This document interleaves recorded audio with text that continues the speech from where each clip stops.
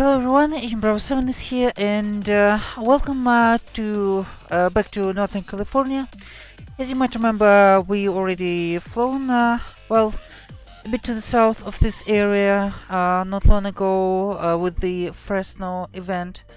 Now we are to the other side from the from the San Francisco Bay Area, and actually we are in town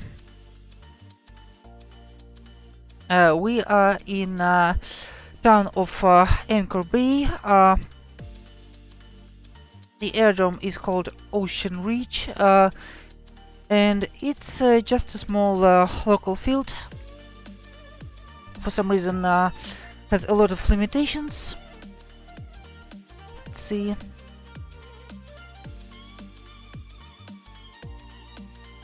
Here it is. Closed at night, closed to jets and ultralights. I'm not sure why to ultralights. Close to everything over 800 gross weight. That makes sense. For some reason, closed to touch and goes, and for anything but full stop landings. Anyway, just a small local runway. So what this flight is about, I was kind of just looking at the sectionals, checking out places where it might be interesting to fly, and I found this. I did some additional research. Turns out it's a pretty big river actually in it's kind of a second by the total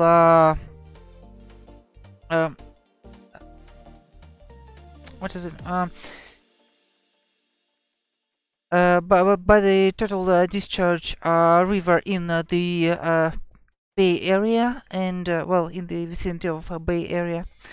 So it's also it doesn't even end here in Preston.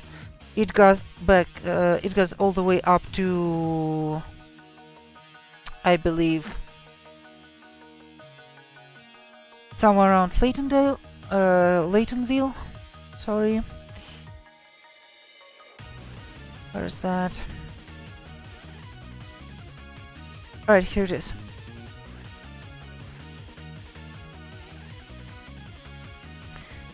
So yeah, well, not exactly there, but here's the spring, and yeah, as a small but pretty long river, pretty long river, and I don't think we'll go further than Ukiah, cause well, it's quite late, but I decided that it might be a pretty interesting place to research using a Russian plane.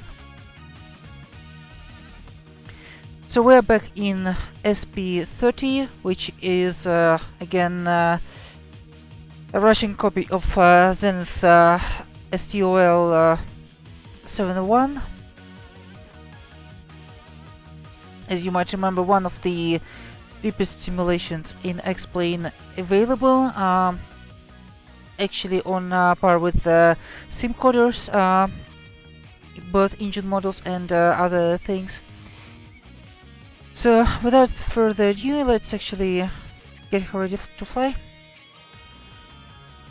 And of course we forgot to connect to VATSIM.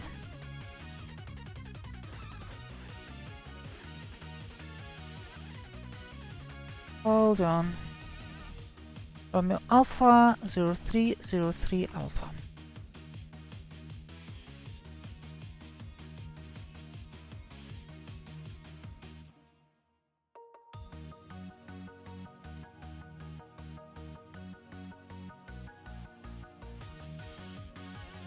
Okay.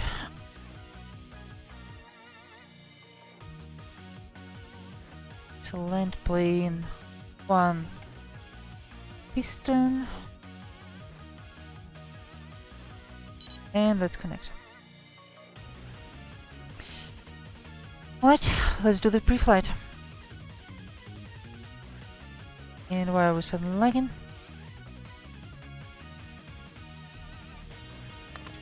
Okay, got it fixed. Remove the tie downs.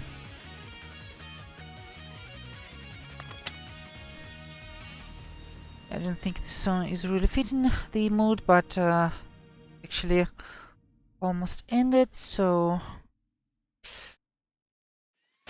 okay, let's remove. Okay, this is better. The Whisperer, I wonder why you ask.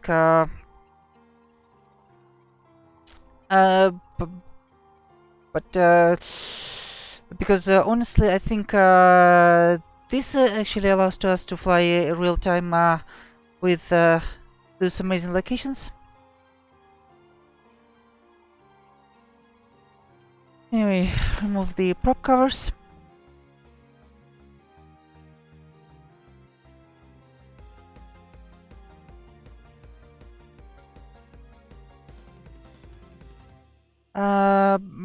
Yeah, I'm generally living by the time of Central US time zone, so and I guess that's all that's actually needed to say. Alright, let's do the full pre-flight. And what's up with that? Looks like a glitch.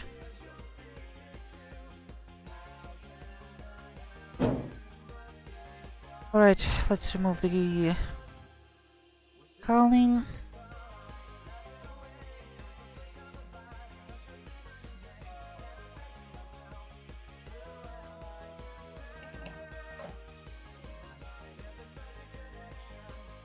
Rotate the prop. Oops.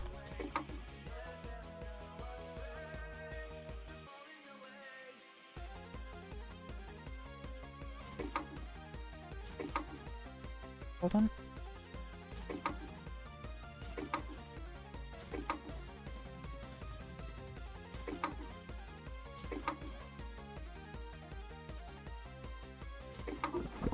Okay, here we go. And we got enough of the oil. And yeah, the Whisper. I think this is one way to put it. Alright, we got enough of the oil. Let's close the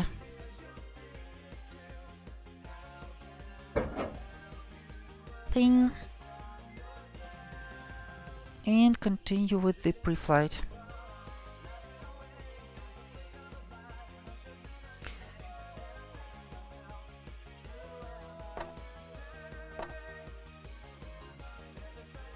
Okay, now this is glitchy.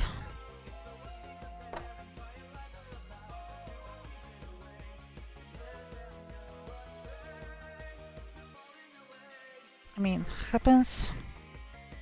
You're silly. Yelena, I believe it does. Okay, that sounds normal.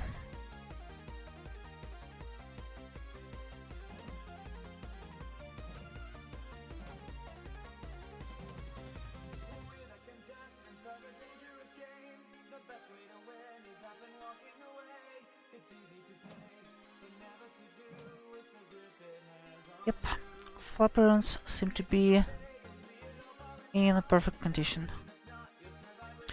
Now let's... Okay, this is actually weird.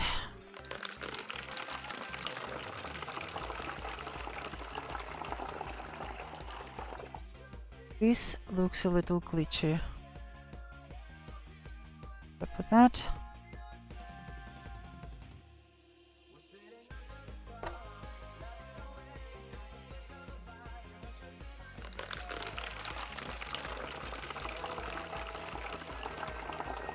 Okay, and you can't really even tell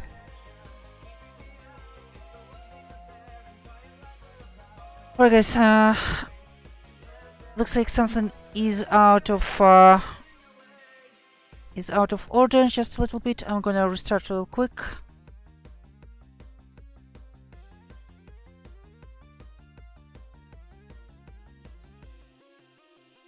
Because I actually had to reload and I guess it didn't go very well.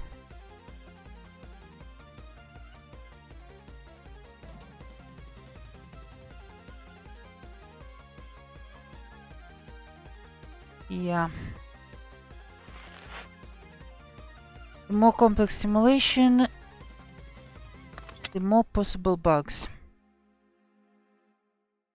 This kinda sucks, but c'est la vie.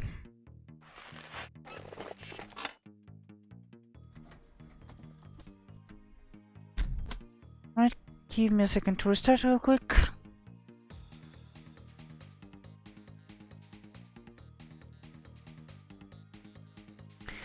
Yeah, draining the fuel is actually pretty really secure, Lana.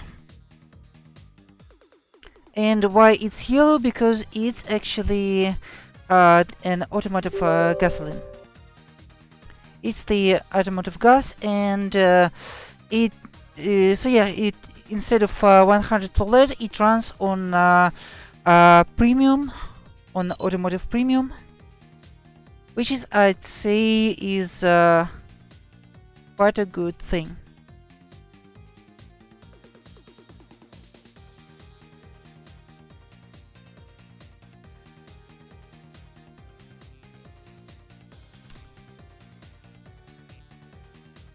Okay.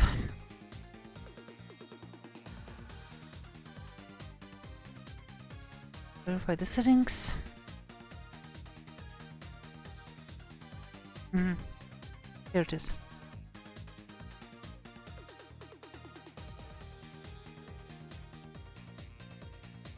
Okay, now this is weird.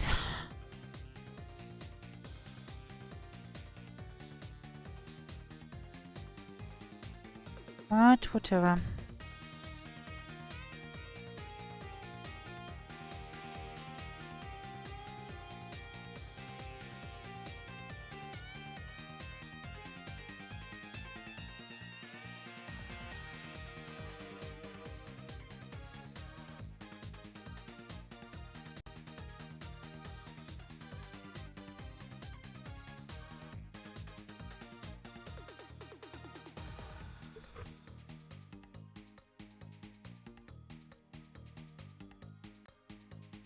Honestly, considering that I had to reload this quite a complex model and had only one glitch, I'd say that's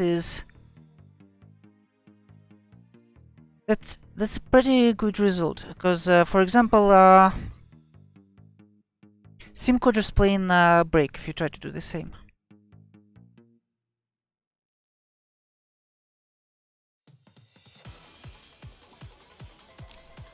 By the way, a kind of public service announcement.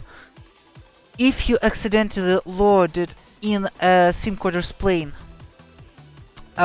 with the start with engine running checkmark, do not reload it without this checkmark, because it will break a lot.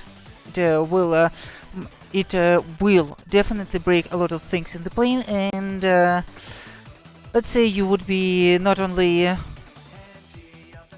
handling another reload, but also fixing the actual simulated systems. So just don't do that.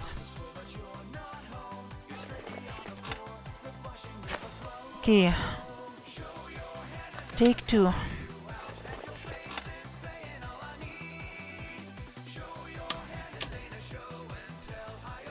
Flaps 8. Okay, this seems to be fixed. Remove those.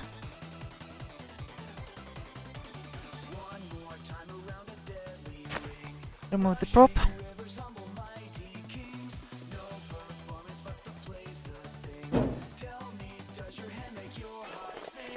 Oh, come on.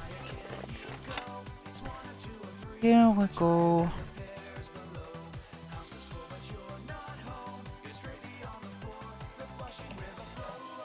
Right, let's do this again.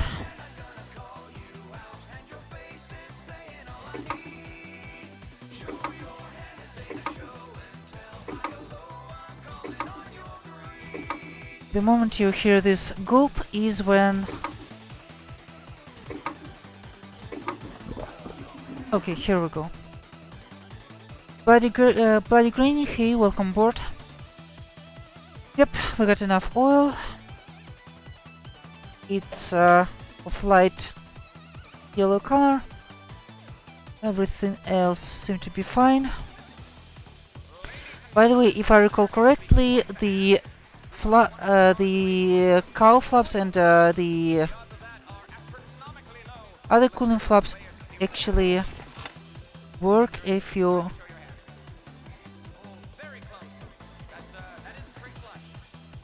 look outside.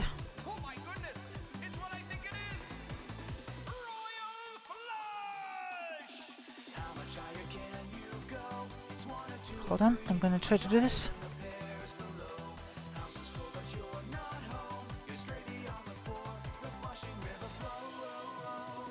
Yeah, I guess it's pretty hard to do from outside. Well, I can live without it.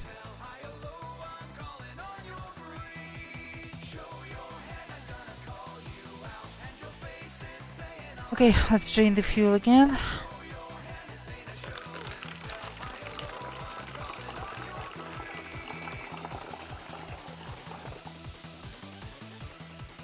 Nice clean gas. Oh boy. Yep, that's refueling here for you.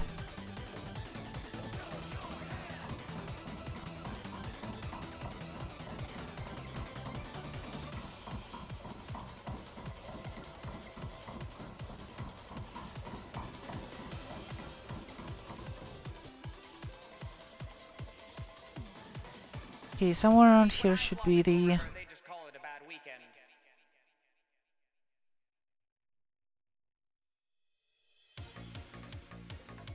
Hold on.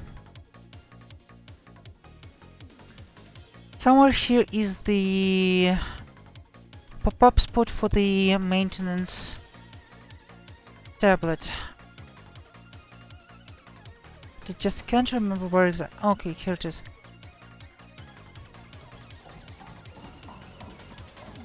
Alright, here we go.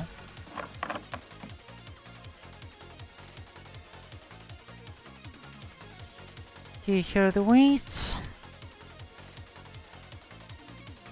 20 kilos of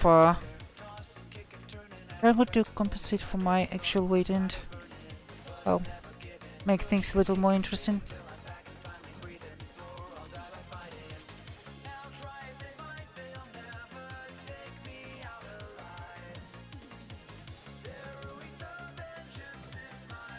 Check the... Hey, and Wolfie, welcome aboard.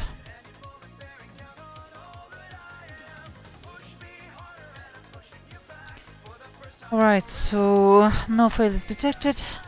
Everything seems to be fine. And actually, let's replace the prop with the medium pitch for a little better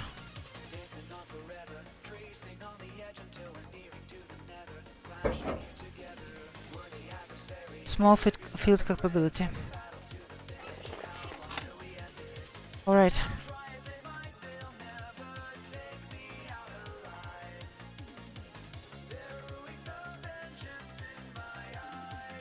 Now just to remember how to start this thing.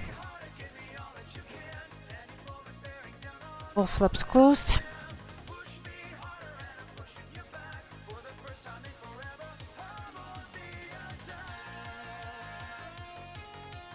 Got to still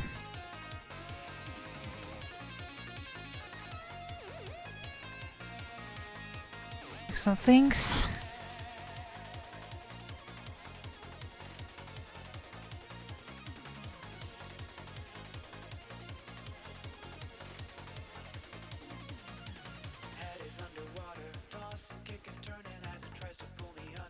Right, fuel valve open.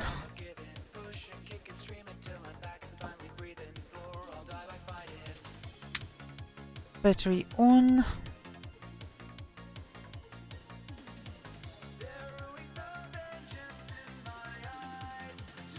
See, circuit breaker.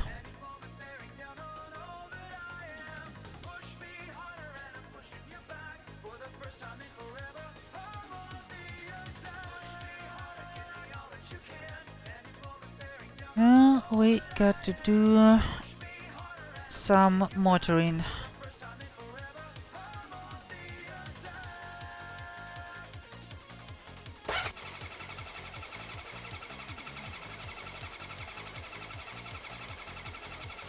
Okay, here we go. 2 bars of oil pressure, which is what we should have. Now we need to do some fuel.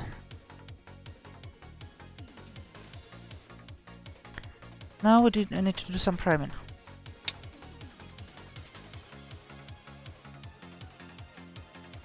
.4 bars done, and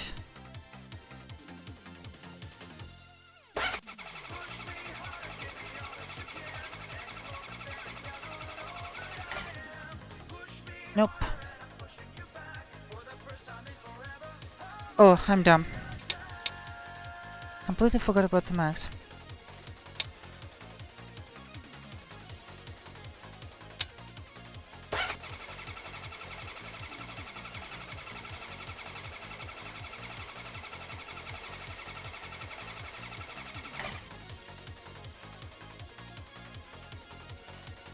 Well, he doesn't want to do anything.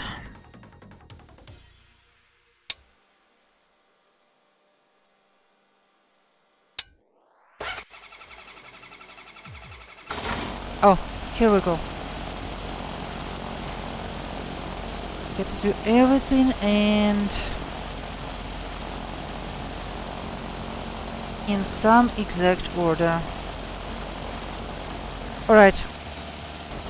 Everything is closed.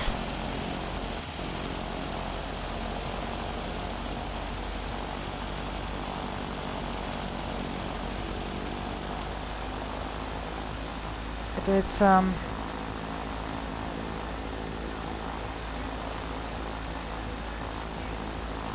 RPMs to let it warm up. And we wait now until 50 degrees on both thermometers.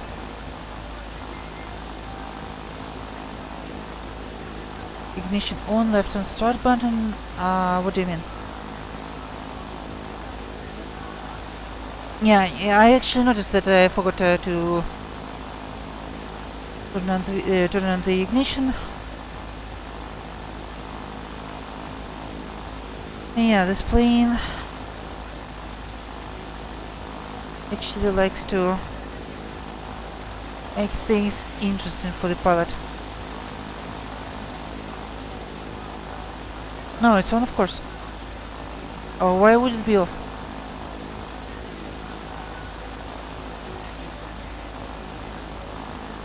Alright.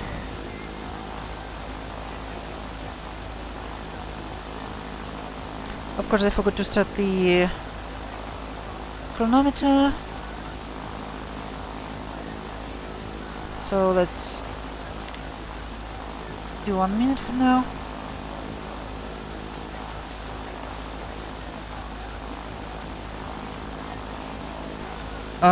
No, Harmak, it's I mean, can you imagine a car? Oh, okay, never mind. A diesel car doesn't need ignition on all the time, but that's a normal piston plane. Why would it not need ignition? I mean, do you know the how four-stroke engine work? It needs to The third stroke is the ignition, and it needs to do it basically every time. Alright, now we can warm up at 2500 RPMs.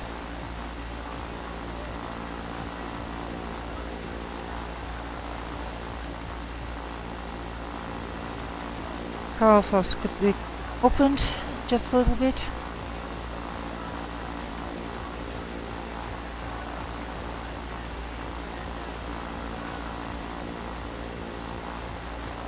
And actually radiator could be open too.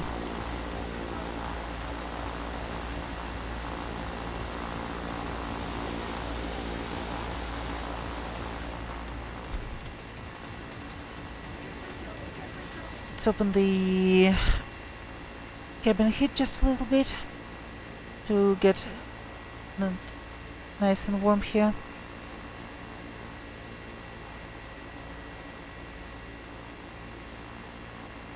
Doesn't really help warming up, but we're actually already at 90 degrees, so it should be fine. Okay, power flaps full open. Everything else could be fully closed. Fully open too. Let's begin taxi. Actually, let's do the run-up first.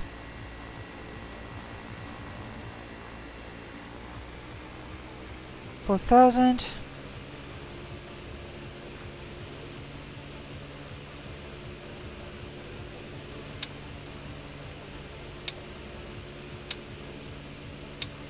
Everything is within the limit. Black box, welcome on board, Captain. Thanks for hosting me, and welcome everyone who might be watching from Black Box's stream. We're flying a little weird Russian plane in towards a Russian river, which is in Northern California. Just to show you real quick the flight plan while we're continuing to warm up.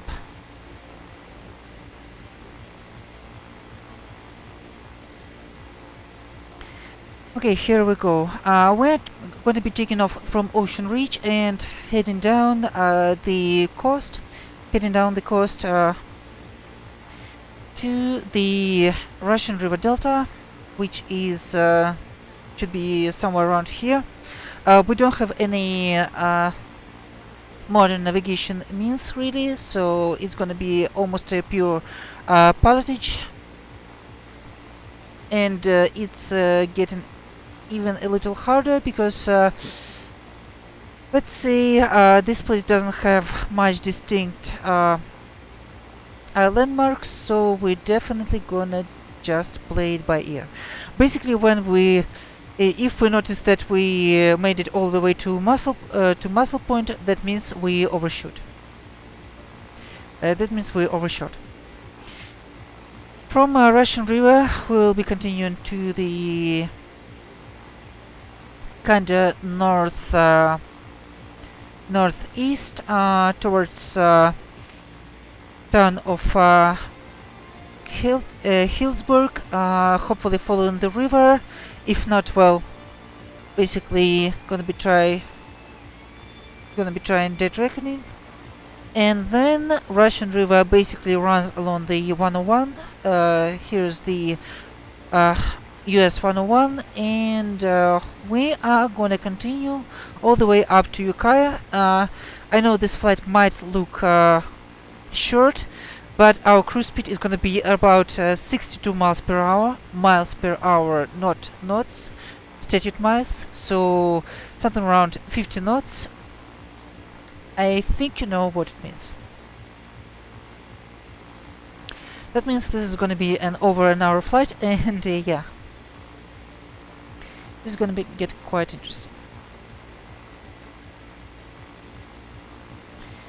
No black box. This thing doesn't actually have a VOR receiver. No DME, no VOR. It has a GNS 430, which could be used as a backup, but it's not even connected to anything.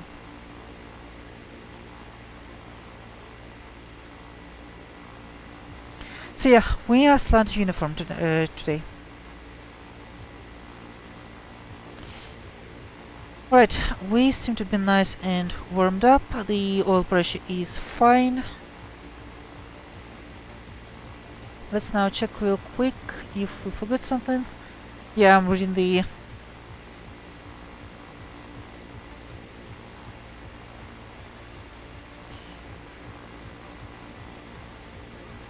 Let's see, I'm kind of consulting the... Yeah, okay.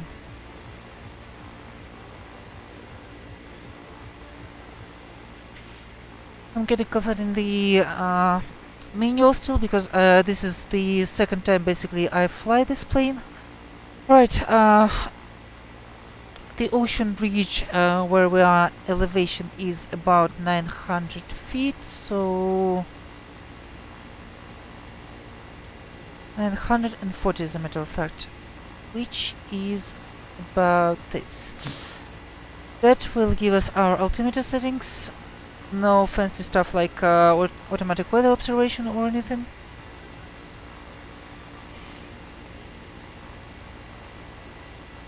Let's turn on the navigation lights. Elevator trim is set.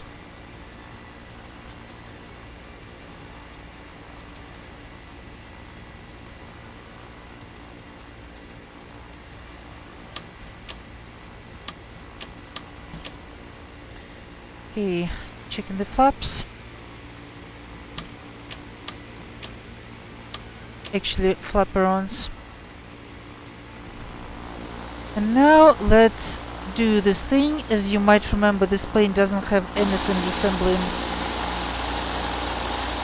parking brake, so this is how it's done.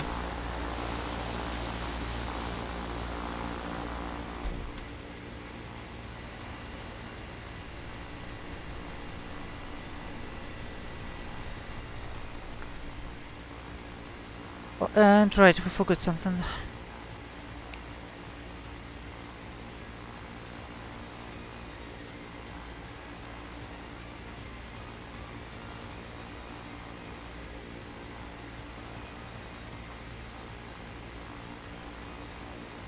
Type, land plane 1, piston,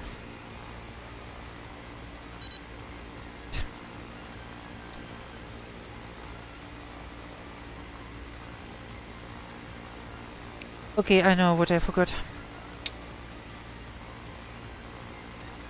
Radio switch. Turn this on.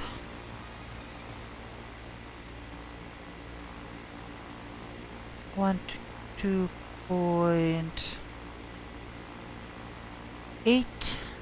Transfer. And transponder.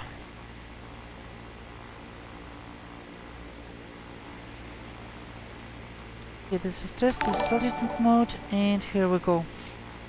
Syncrete, thank you so much for the sub, and welcome aboard.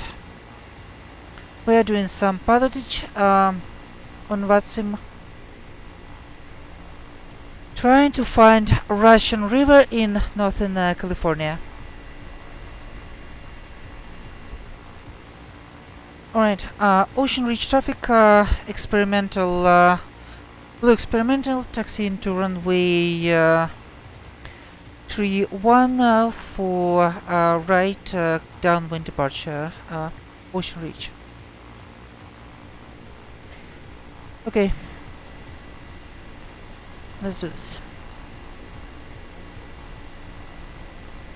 Okay, since this is a really deep simulation, we definitely need to watch the... Come on, let's roll.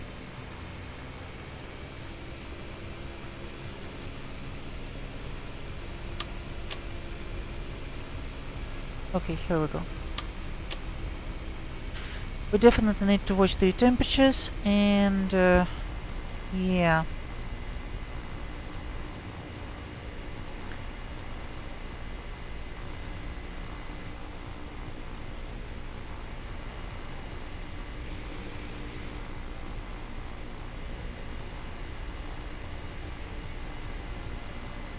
And by the way, guys, this aircraft was provided by the developer, so I haven't paid for it. And if you want to get this, you can check out by the link that is advertised in the in the chat. Can definitely recommend this. Again, not because I was provided this for free of charge, but honestly because I am still gonna pay for this just to help the guy out. Sadly, no. What? What do you mean?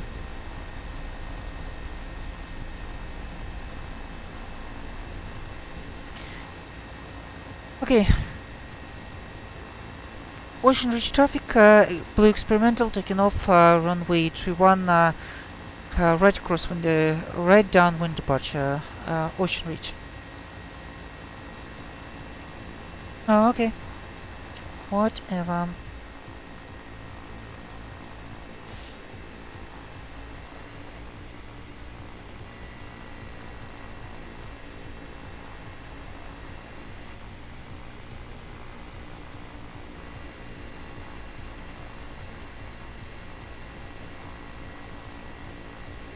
Okay, oil flaps could be closed a little now.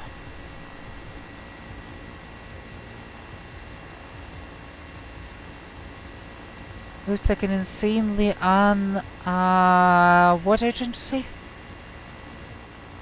Yeah, it's amazingly interesting. It has a full pre-flight sequence, and it's not even like in simcoders where you just click in the tablet. You actually walk around the plane. You can open the cowling. You can motor the hand motor the probe and check the oil with the what is it called? With the oil probe. Lana, without a single doubt, is more reliable than a Superjet. Both in on VATS, both in Explain 11 and in real life. All right.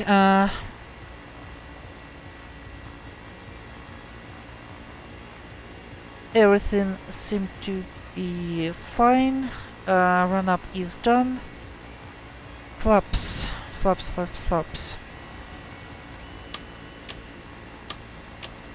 Flap 7.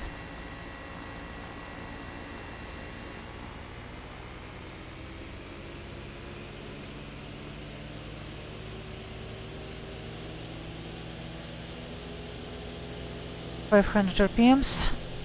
Release the brakes.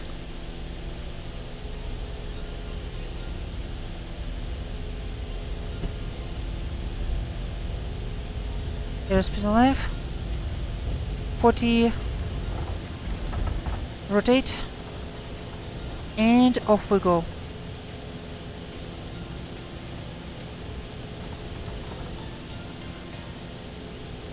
Let's accelerate.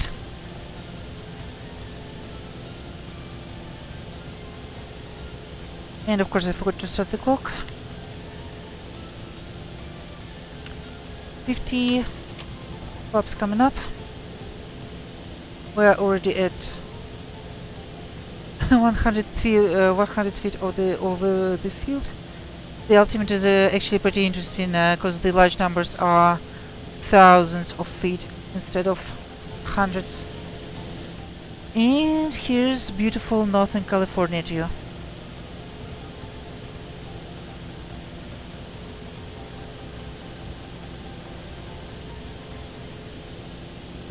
By the way, I think I mentioned it already before, but it uses the experimental flight model, so might be an interesting thing to keep in mind. Oh, and we don't have any directional gyro or anything, so we rely on a whiskey compass. We don't even have the attitude indicator, so we rely on turn coordinator and vertical speed indicator.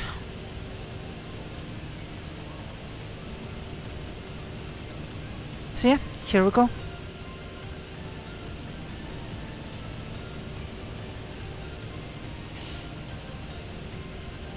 All right.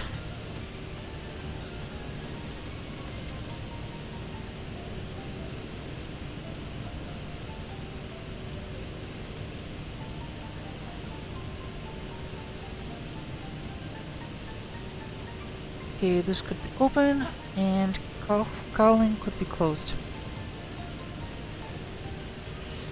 Should give us a nice temperature balance. Reflex SDD, welcome aboard.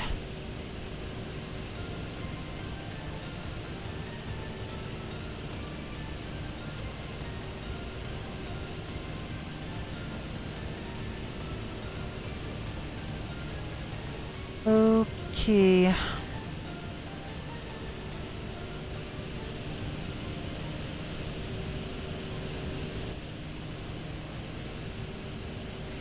Now let's follow the coast.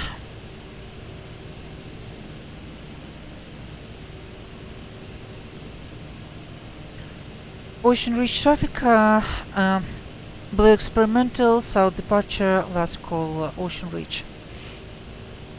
Okay, so let's try to figure out where we are and what are we doing here. Oh, and keep in mind, this plane weighs less than a ton, 500 kilograms maximum takeoff weight, so definitely be careful in strong winds and turbulence. Bloody Greenie, thanks for the follow, welcome to the agency. Looks like the SIM Toolkit Pro lost the connection.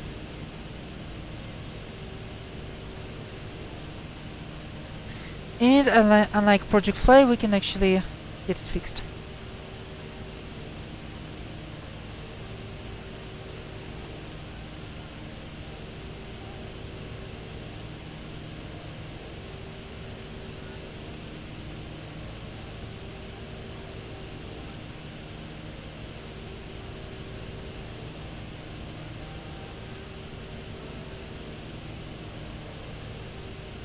Right, cool.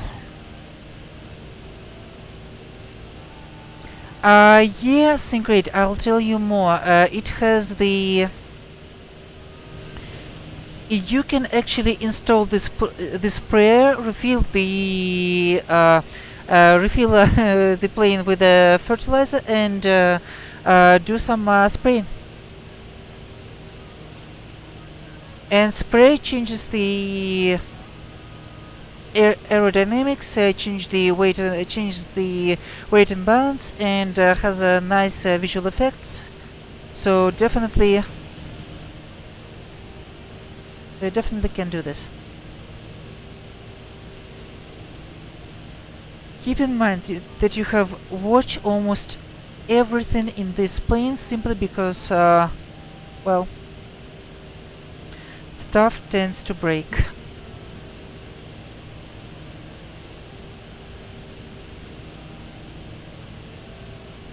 And look, we are almost 70 miles per hour. We're quite fast.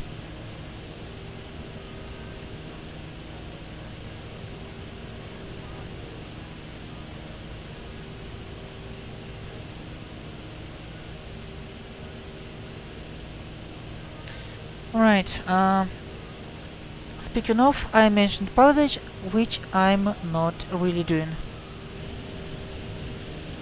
Okay.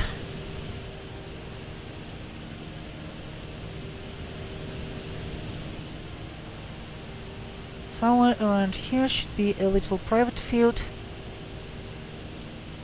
called Sea Ranch.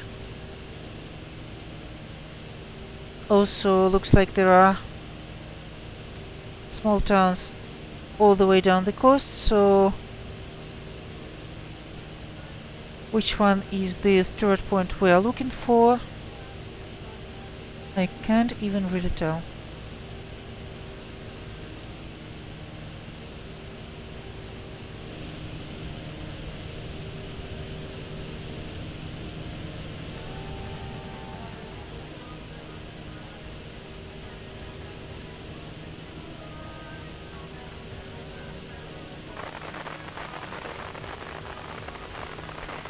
Yeah, the headset has a nice audio effect. Also, well, yeah, don't even ask.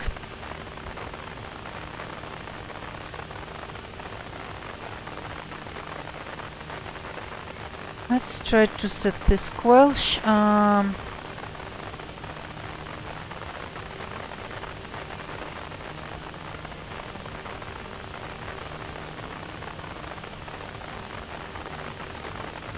Okay. Nope. This is what's called VFR.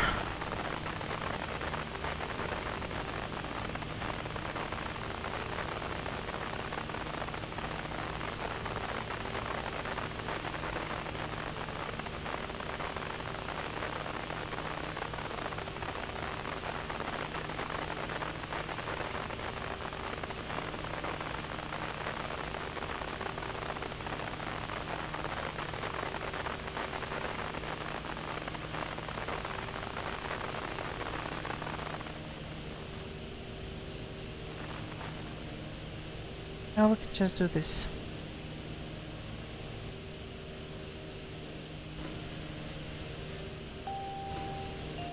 As you might notice, it actually works as a noise cancellation. Also, we have a nice unit conversion table in the plane settings tablet.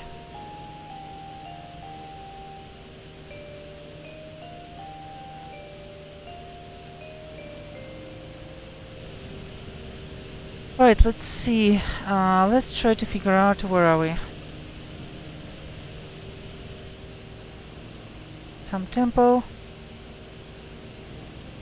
What does it look like?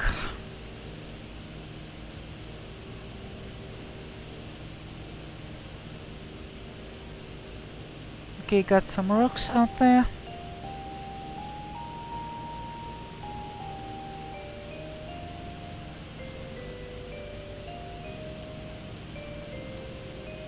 We are now flying for, let's see,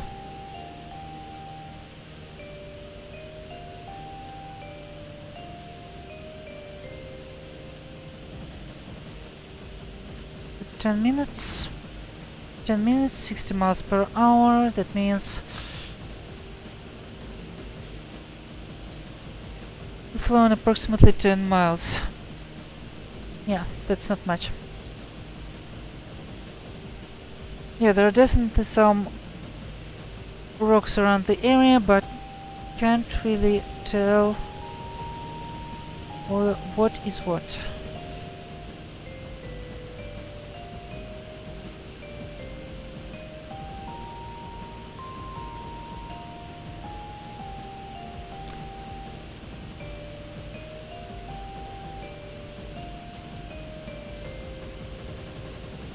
Alright,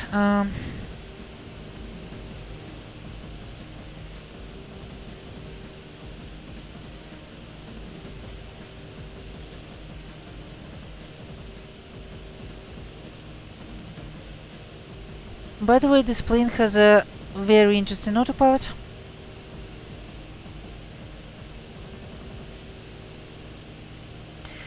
So instead of the autopilot, it has a simulated copilot, and if you don't get a copilot in the seat while doing weight and balance, you won't have this functionality.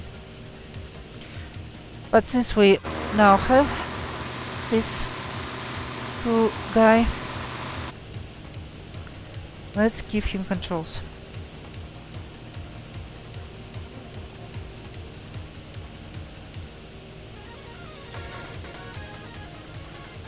And now the plane holds the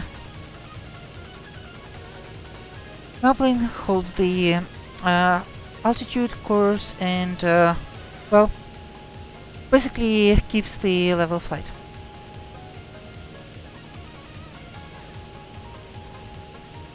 Yeah, Kenny, I mean, it's a little it's a little spacier than Cessna 152.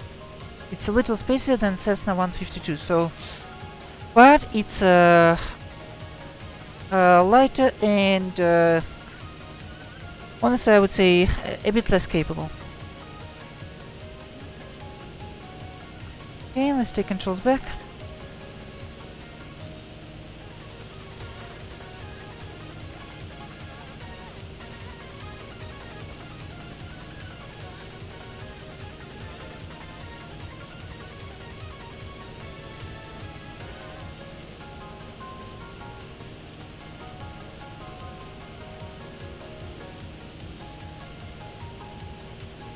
Okay, let's close the oil flaps just a little bit.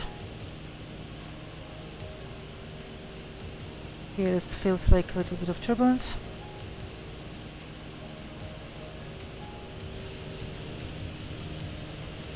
And absolutely amazing landscapes by Orbix.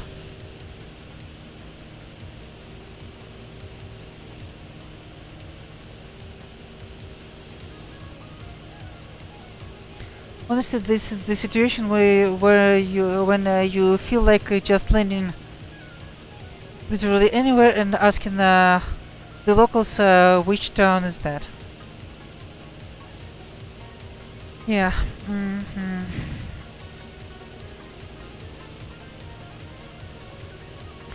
Bush flying at its finest.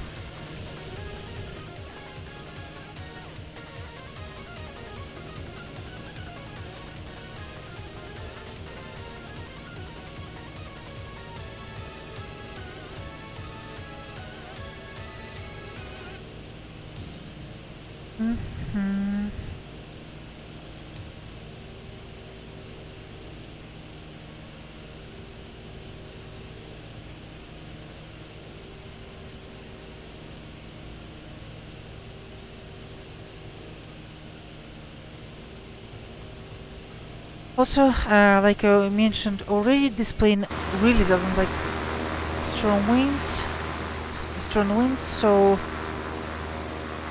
you definitely want to stay out from the winds, from the turbulence, and okay, honestly, from any kinds of weather.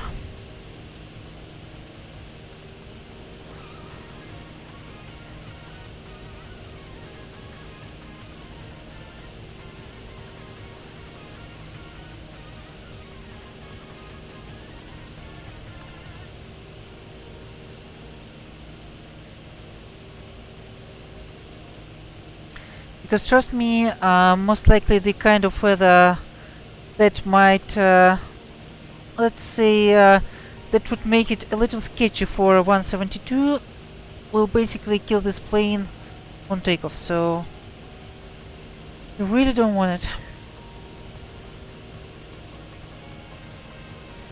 Alright, this is definitely not yet that.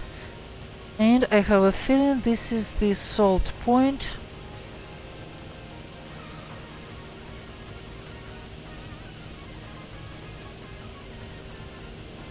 Or Stewart's point, I don't know.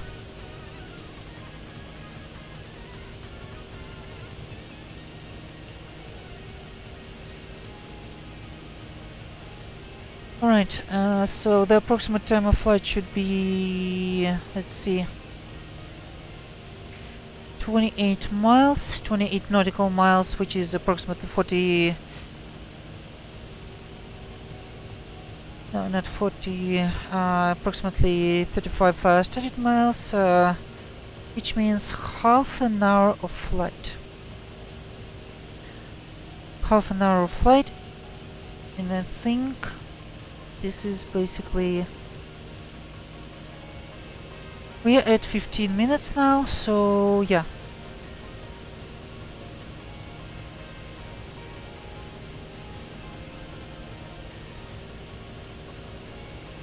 Harmac, no problem, no problem. Take care and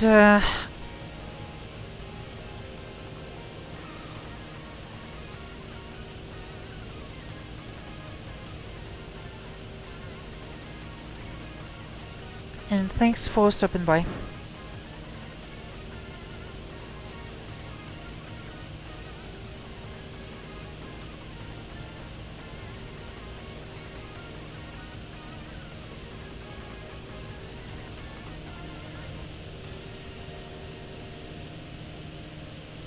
a little neat window to keep it a little bit cooler.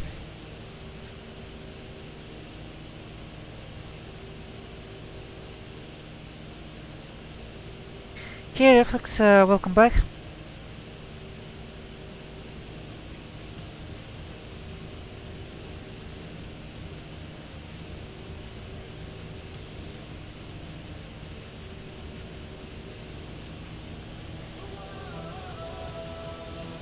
Let's try to climb a little. And by the way, this plane uses the experimental flight model, so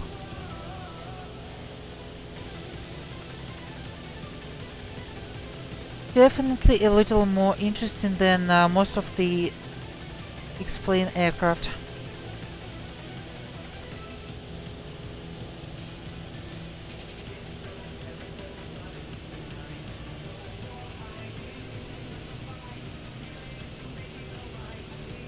Honestly guys, you know I don't endorse things that I don't like, and I love this plane.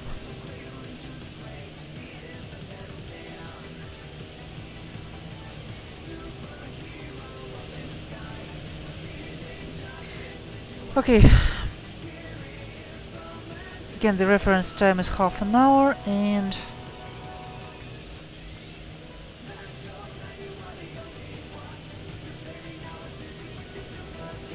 hopefully it will help us to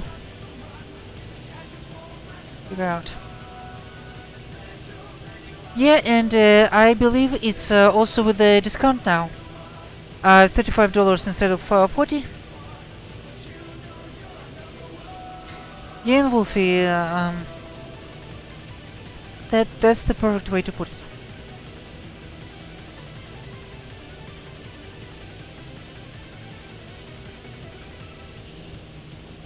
Okay, this is actually very confusing. Cowl flaps, the main cowl flap is open out, closed in, but the cooling flaps for the components are open in and closed out. So it's the other way around.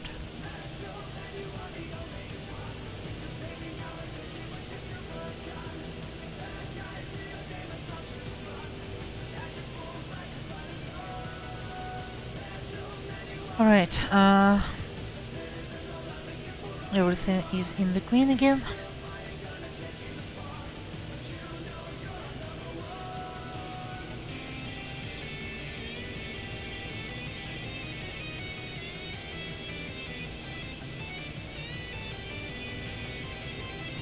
This is 20 minutes of flight now.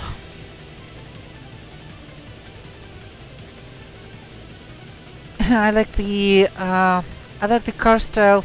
Well, she runs on the car gas, and she has a car style fuel meter. 4/4, 1/2, and 0. Definitely not something you see in most aircraft.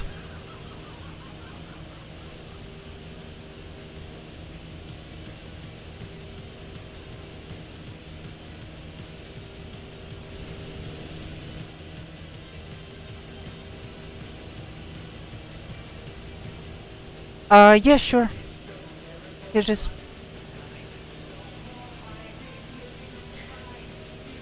This is I think it's called ACS-1, which is ACHS-1, the Russian aviation clock, widely used. It has a chronometer with controls here. It has a flight time meter, the ET meter, and it has a clock. So yeah, I'd say this is the most complex instrument in the whole aircraft.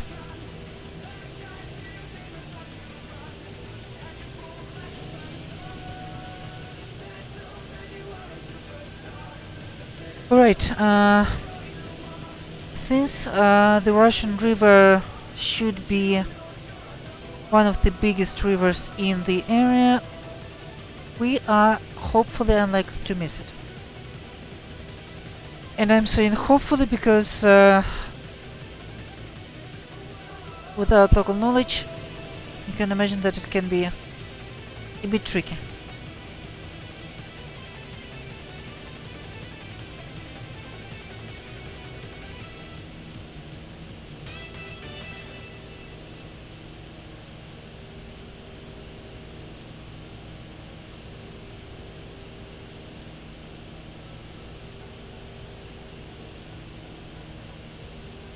And honestly, I think that this little gap is actually the river delta. Easily might be.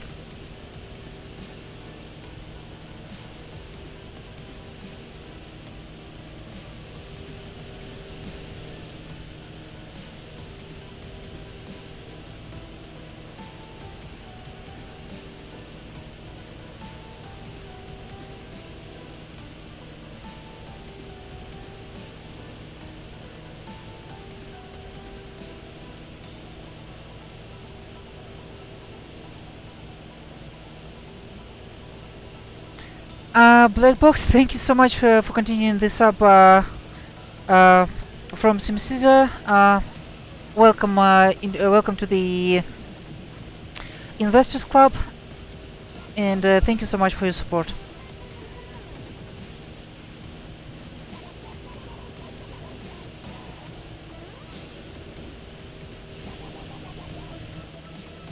Alright, cool.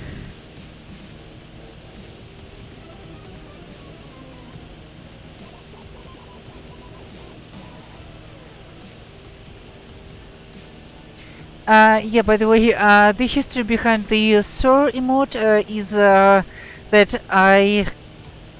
let's say people tend to assume things in this community, and I get called, as they say, third, broad and manned more times than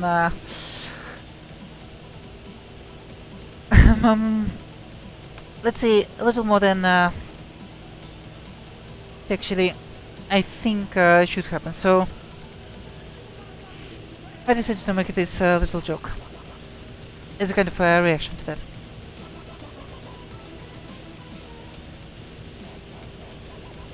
Yeah, I believe so, Black Box. Honestly, I don't mind.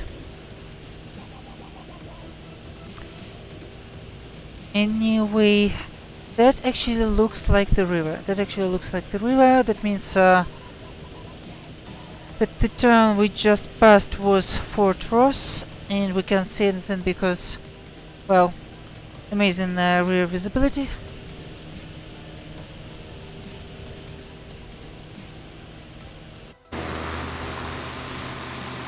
Yeah, that was the town of Fort Ross.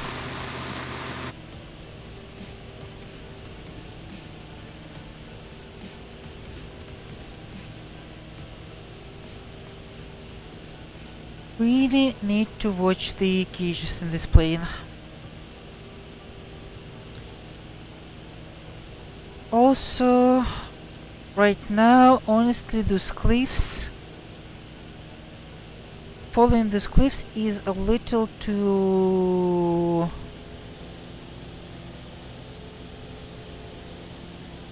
low to comfort. So let's actually climb a little bit. Climbing at like 5,000 RPMs.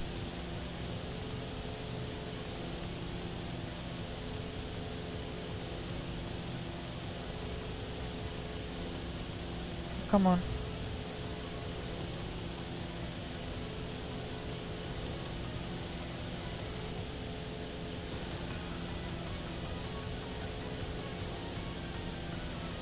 Yeah.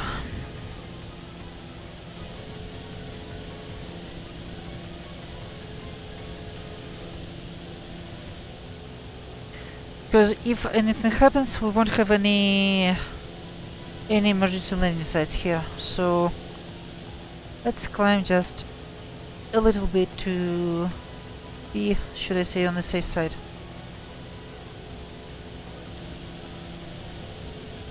Actually, you know what?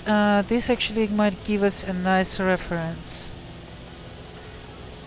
Yeah, those peaks up to 2200 definitely look like the ones around the Russian River.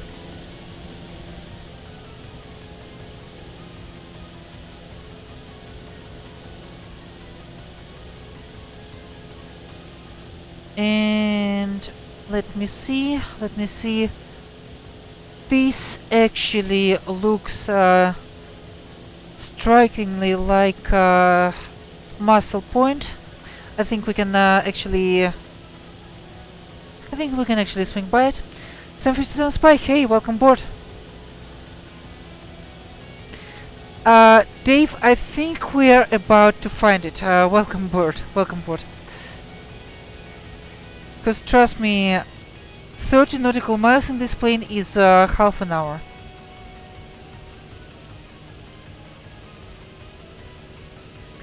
Actually, 35 statute miles. And yes, here it is.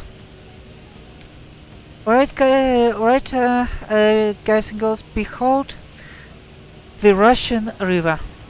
Here it is. Russian River, Northern California.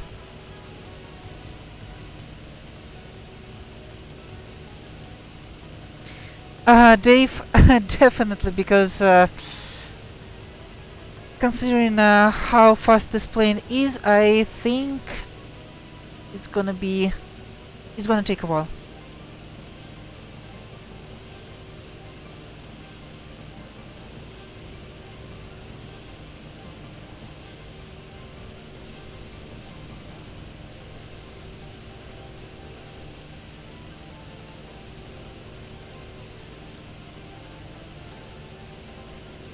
Okay, it's getting a little too cold to comfort. Let's close the oil flaps. Close them just a little bit.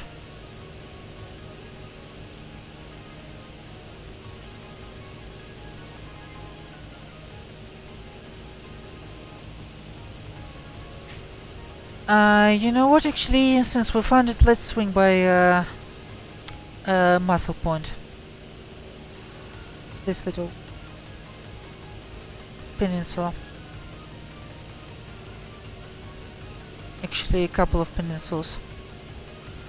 With a little harbor.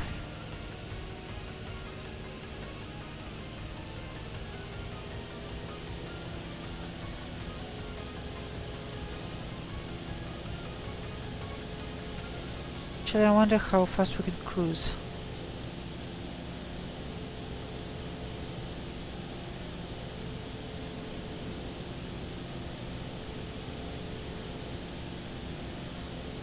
Also, since we're kinda eastbound,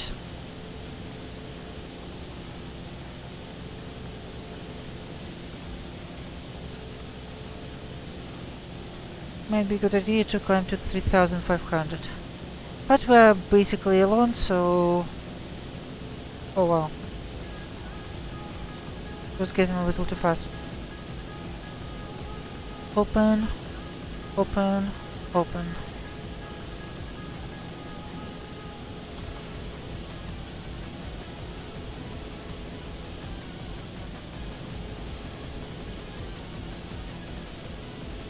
Yeah, okay, now we're definitely pushing it with 75 miles per hour.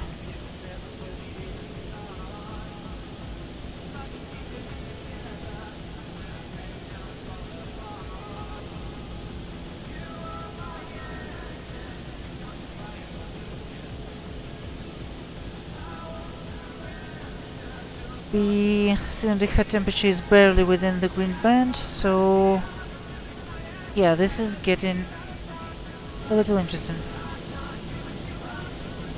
Yep, that's Russian River.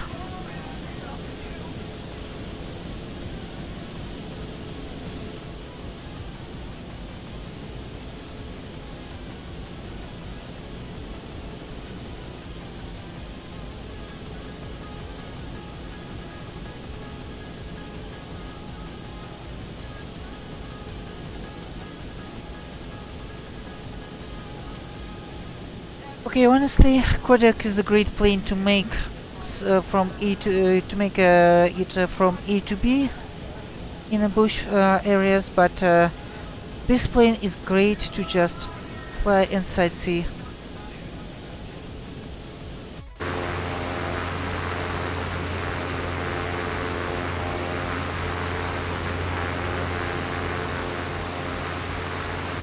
Also full of mod sounds.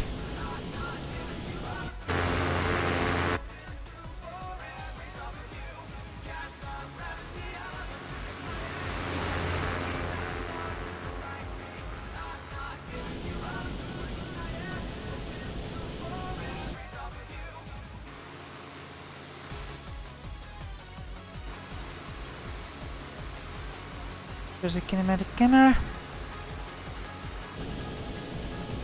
Alright,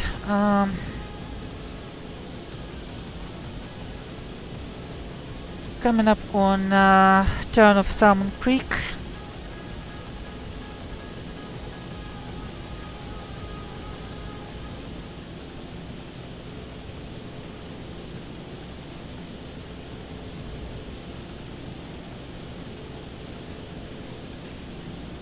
Let's close everything and descend.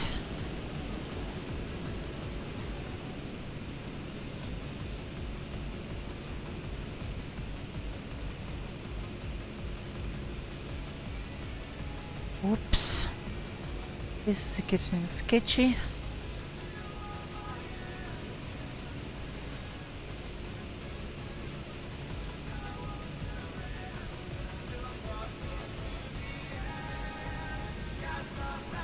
It's actually recommended to keep the to not drop the do not drop the RPMs below 3000 to basically keep the keep some elevator 30, because the elevator 30 at low speeds is just not enough, despite it's absolutely actually not that huge actually compared to the wings, not that huge.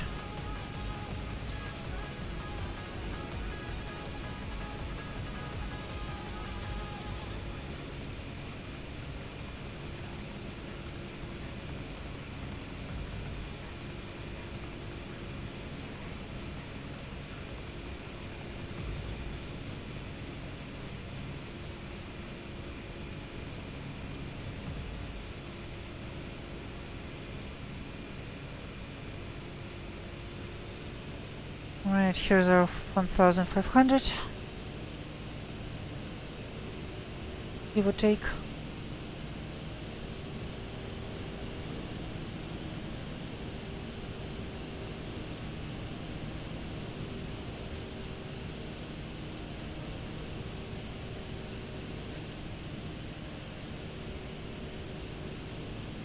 Open the red flaps.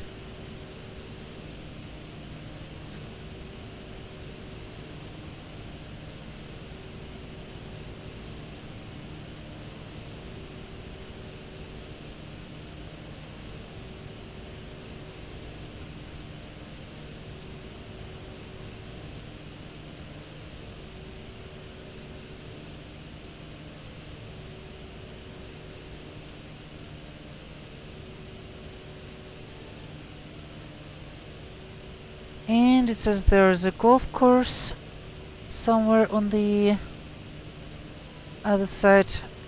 Definitely need to check this out.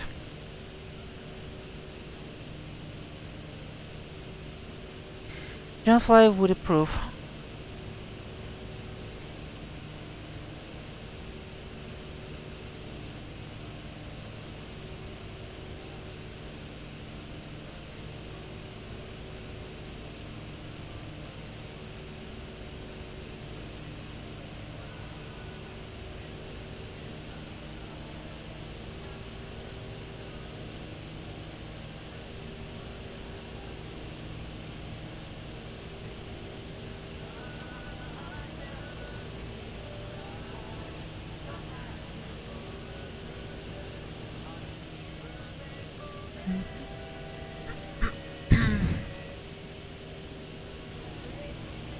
That Ash though, thanks for the thanks for stopping by and welcome aboard. We are flying a little Russian plane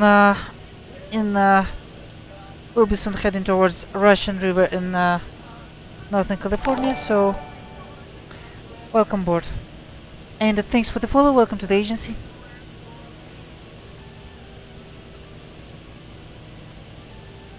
Let's see. The golf course should be somewhere around here.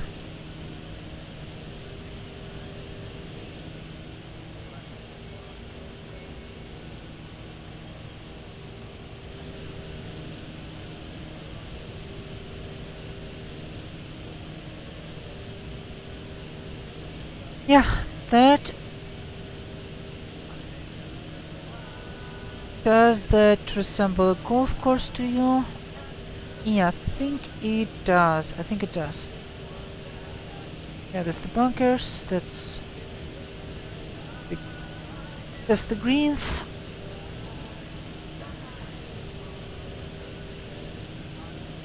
Let's see, 1, 2, 3, 4, 5, 6, 7, 9.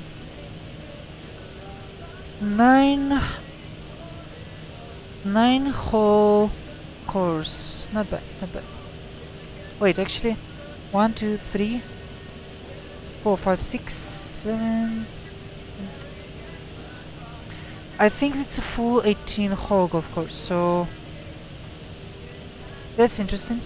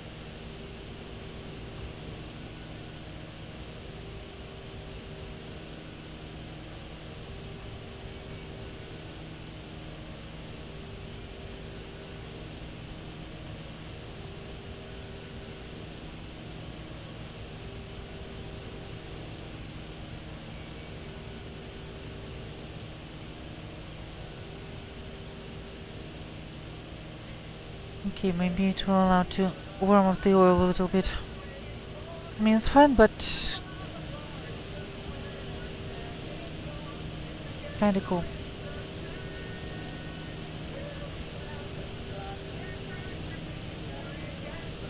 I like how something here is just marked as building. Just some kind of building. So no one knows exactly what it is, but yeah. Or more like it's not that essential to mark on the sectionals which kind of building it is, so let's actually check this out.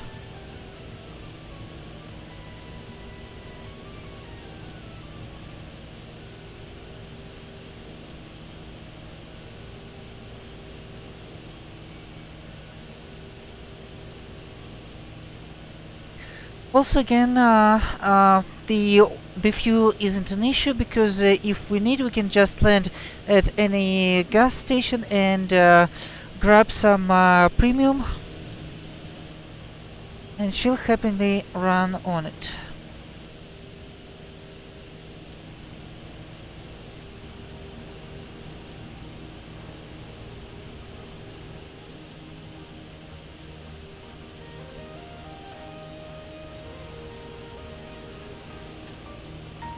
I mean, considering that it has rotors which are actually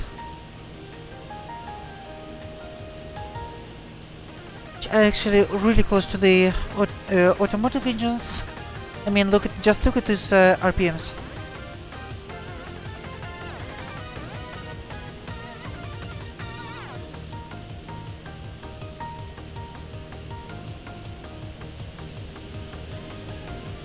Yeah, pretty convenient, Kenny, don't you think?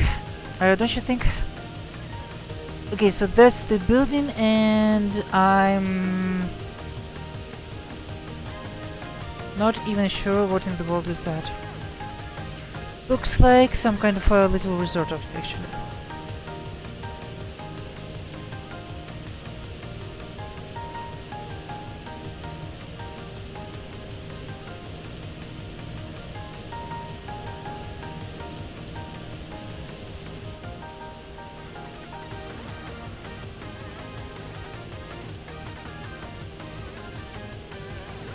Alright, let's continue to our original destination, the Russian River.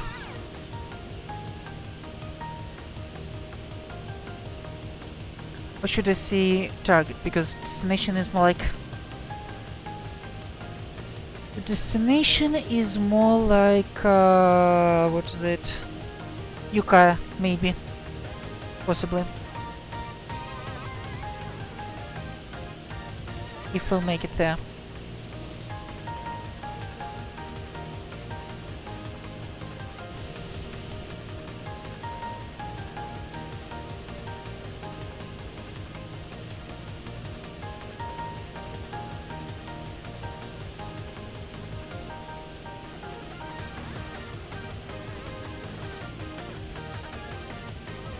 Really got to play around with those cooling flaps, because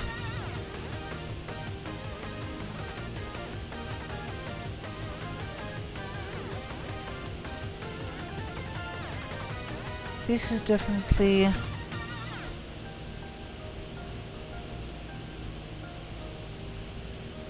a lot to watch out for.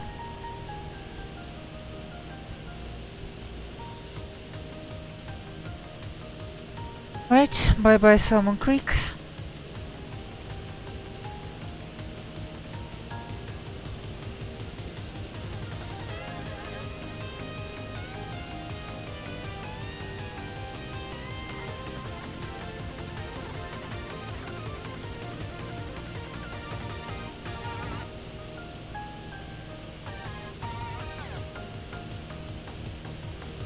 Let's try to make it to the river.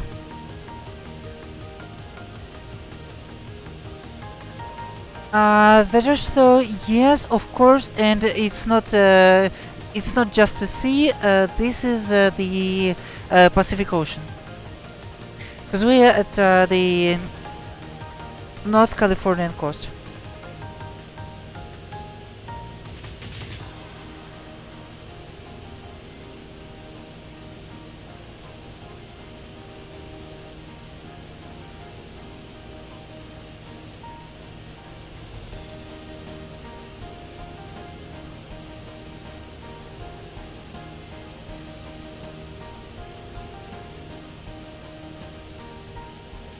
Nothing to close them fully.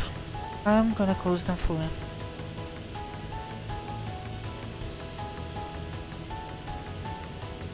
Look at this, 45 minutes of flight.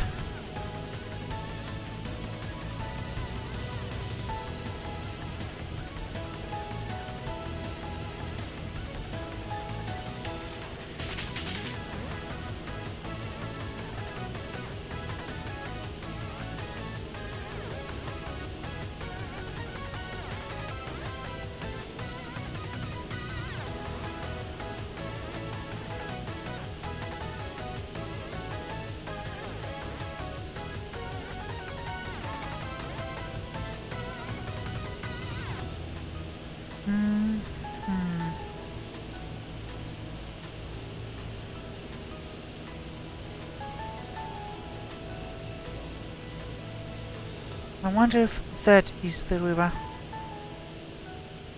Because it definitely felt a little closer. Yeah, actually the appropriate altitude is gonna be now 1500, so let's climb and actually speed up a little bit.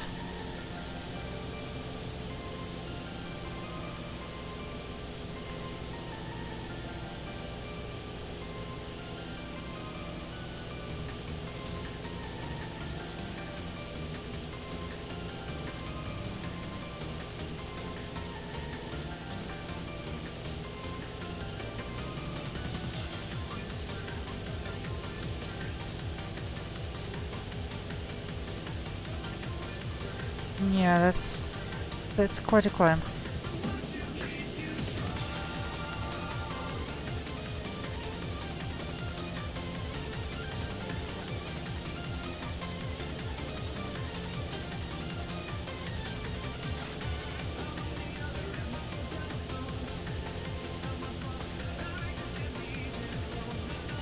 Haven Bar, welcome board.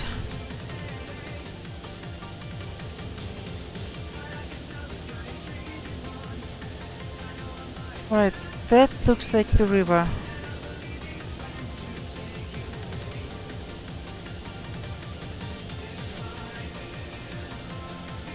Is it or is it not? Yeah, looks like it is.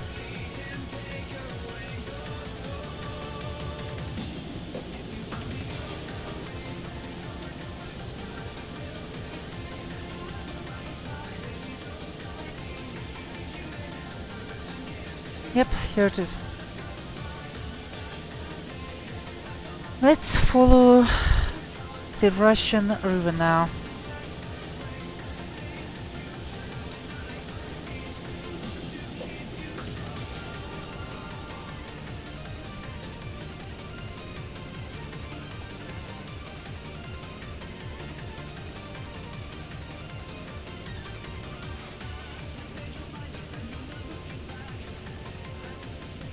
Close all the cooling.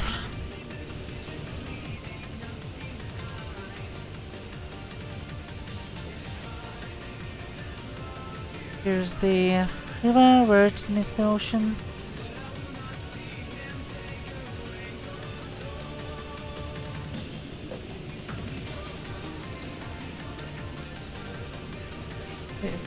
This little town is called Jenner, by the way.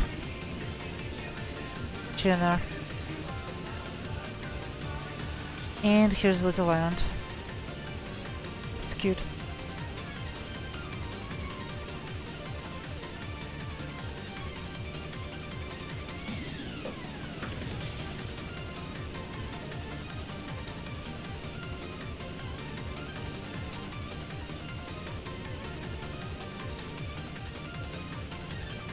Alright, let's follow the river.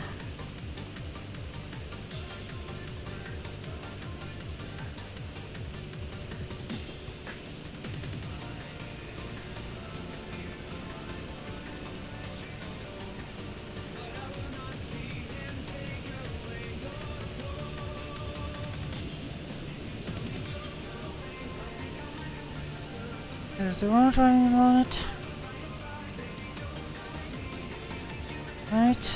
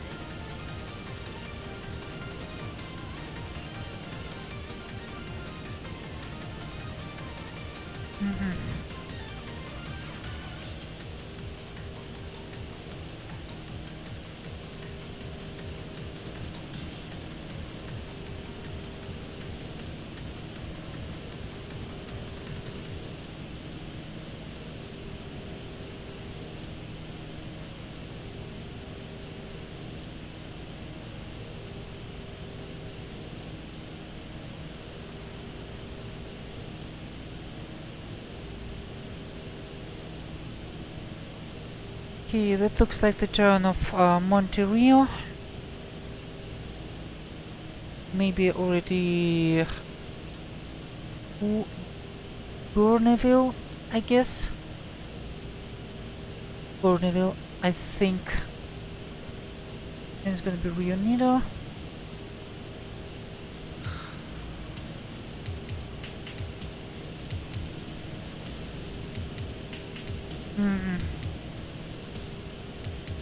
Here's how the river goes.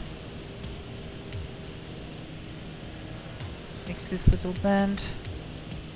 Yeah, looks like Bourneville. Or maybe already Rio Nido. So who knows?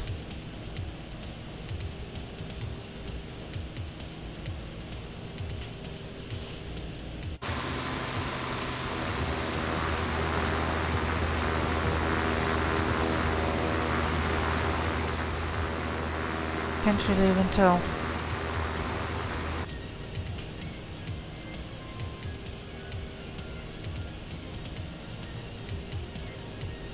Gosh, this thing has a huge cowling.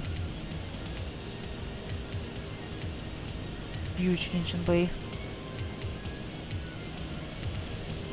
Right, that looks like a little marina.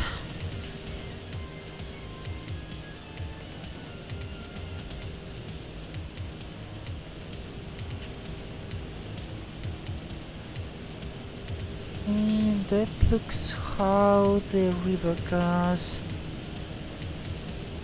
Yeah.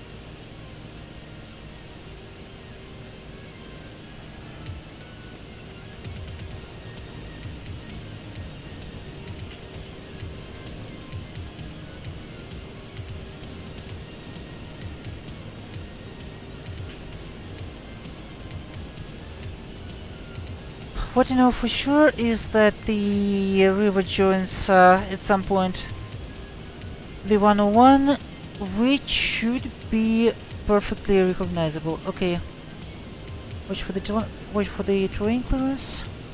Watch for the terrain clearance. Terrain clearance. Terrain clearance. Right. Yeah.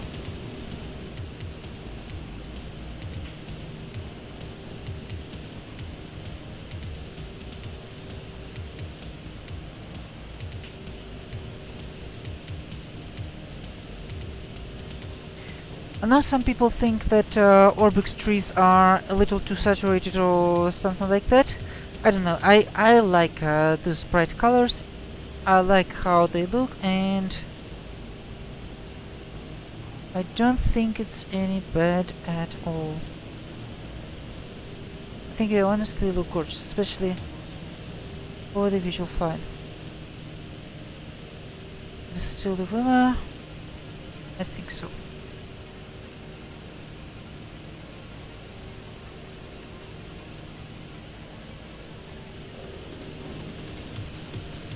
I mean, last thing we can do, just head due east and until we reach the 101, so...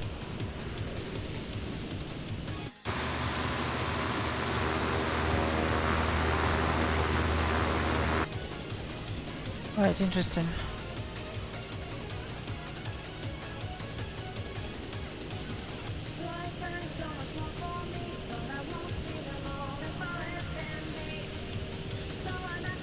And now the river goes...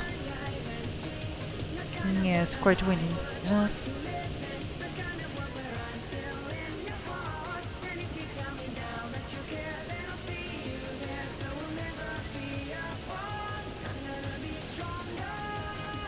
Okay.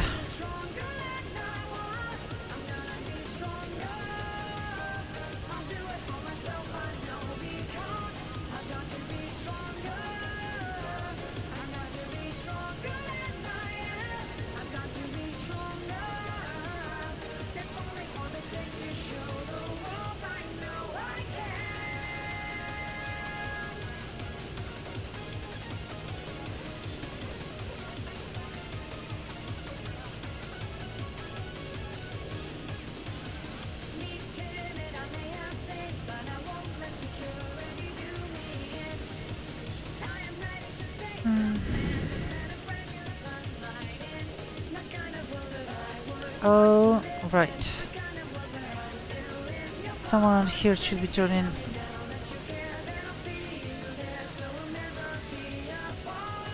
Yep, here it is. pretty easy river to follow, actually, surprisingly.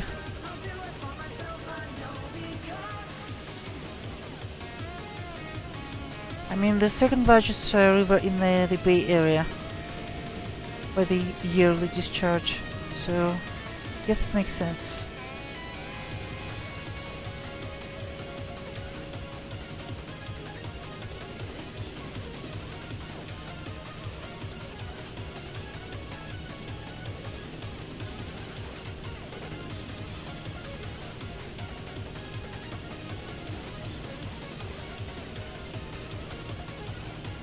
Yep, here we go.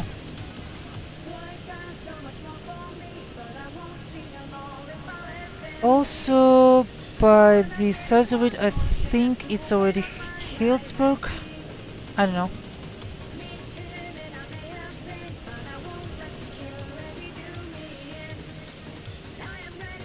The obvious sign should be the 101, but I can't really see it.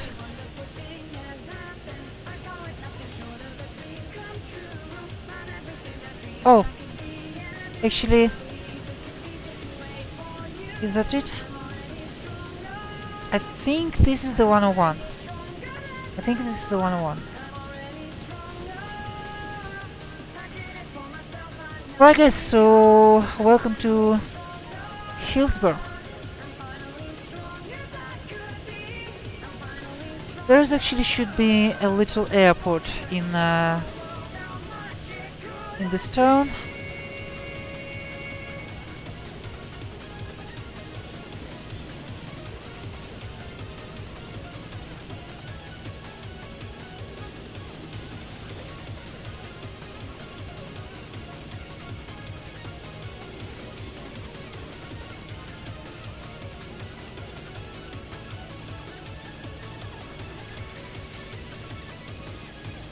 Okay, let's regain some altitude.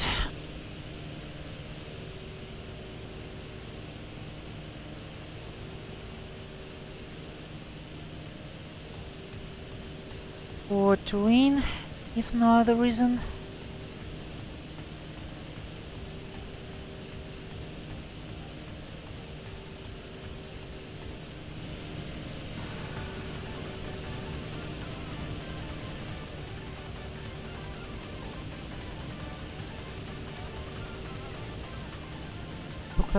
That looks like a school bus. And here's the river. Here's the 101. And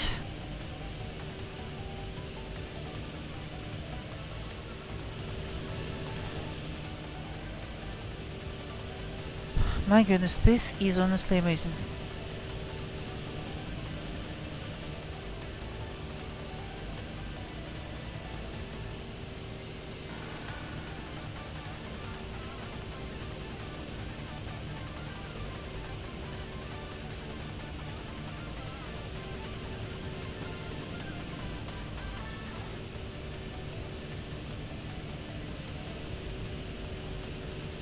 Yeah, Wolfie, I mean, it's not just captivating, it's also convenient. It's also convenient because you can actually do the pilotage, you can follow the visual references. Durka, thank you so much for the host. Holy cow, 52 viewers. Welcome aboard everyone, welcome aboard. We are following the Russian river in Northern California in a Russian plane. Spectre SP-30. One of the most amazing models for the X-Plane 11 existing. Bram Gaming, thanks for the follow, welcome to the agency. I'm gonna actually showcase this plane a bit later. It's advertised in the chat as a flying ladder. Definitely check it out. One of the most immersive aircraft simulations, comparable to SimHodders, to SimHodders planes, or actually maybe even deeper. Mr. Chow, Thomas Howe, I'm not sure. Supi Koira, Thank you so much, guys.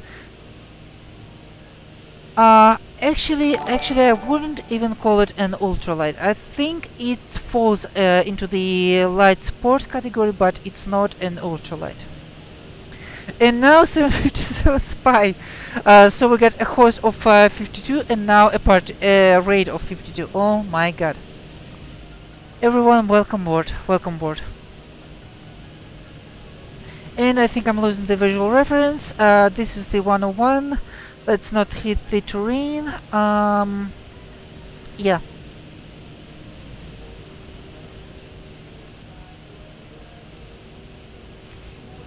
And let's try to not lose the river.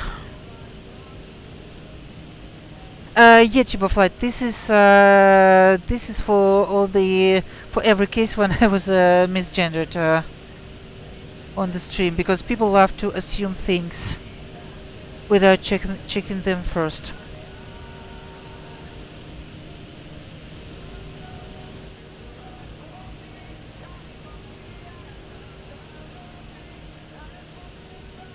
Yeah. And where's the 101? Here's the 101. And that looks like more like a planes. Let me reopen the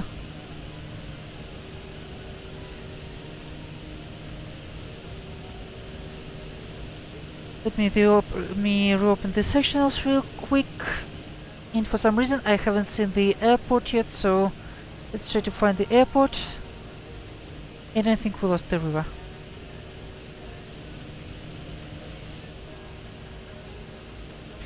At least we're still heading northeast, approximately.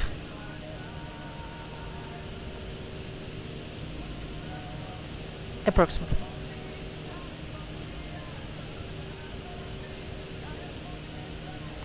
Mr. Chow, no, of course not. This is Orbix True Earth.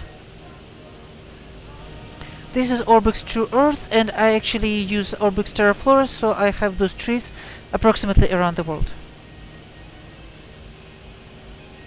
But no, this is those are absolutely not standard trees. Most of them are even hand placed, so and carefully adjusted.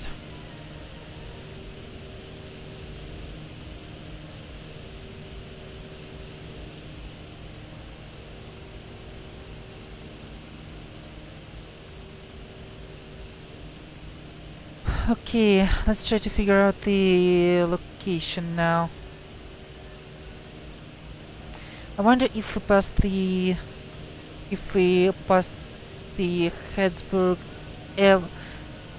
Hillsburg airport already. Sorry, actually butchered it. Mr. Chow, I love it. I love Terraflora. Some people say they are oversaturated. This is maybe one of the reasons, because I like bright colors. I like bright trees, and this is why I prefer Terraflora. Okay, we're still following the 101, not as much as the river.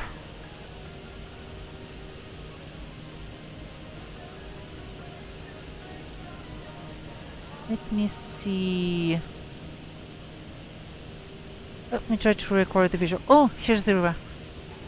Here's the river.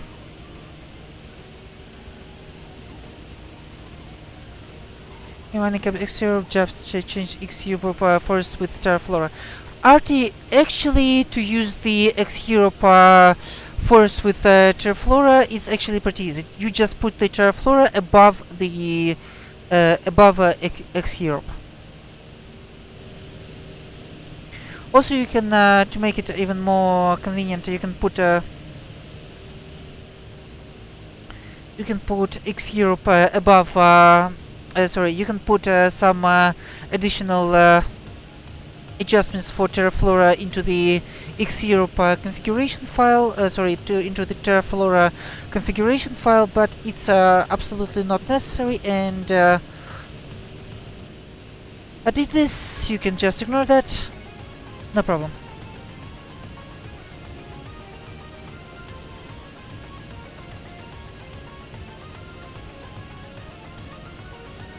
Tube flight, I'm honestly not sure. I'm honestly not sure.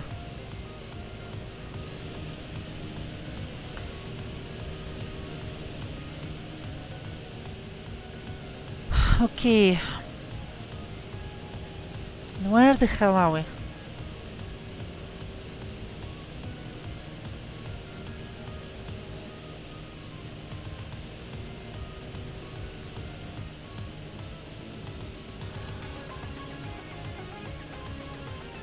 Some identically looking streets.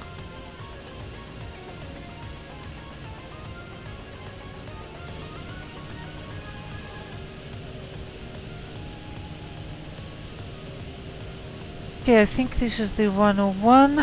I hope this is the 101.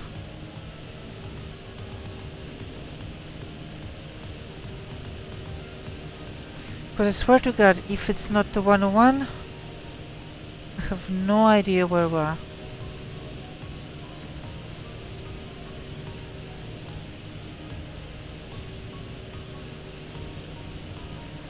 Yeah, that should be it, I guess. At least it's 4-lane from the look of it.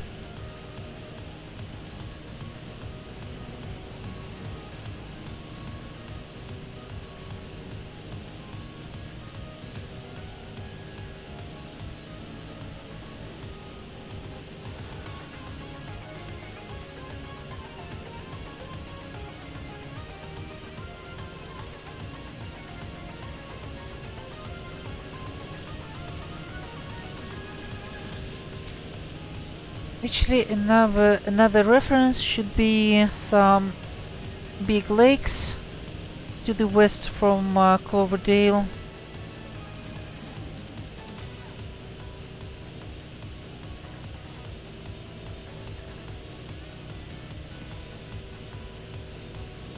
Those definitely look like Mayakmas Mountains. Mayakmas Mountains. And this is honestly the only reference I can solidly point out.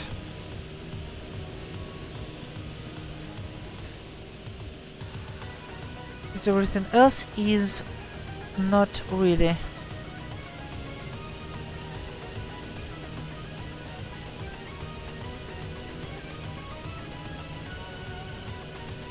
The funniest thing would be if we'll accidentally end up in Yukai before knowing. Flying for 1 hour 2 minutes already.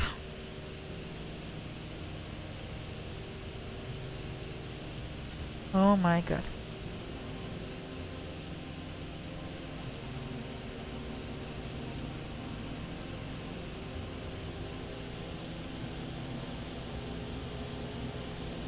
Let's actually climb a little bit.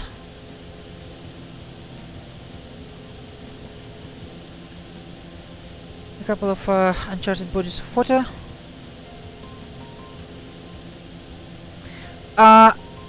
Mr. Chow, I know that by the Russian category it's ultralight, but I think there are some other requirements. Some other requirements for the ultralights in the United States, but it's definitely under the light sport.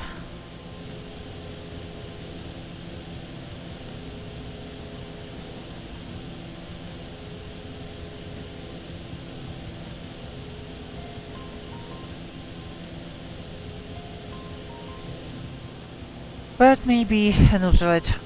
Honestly, I'm not really familiar with this side of legal.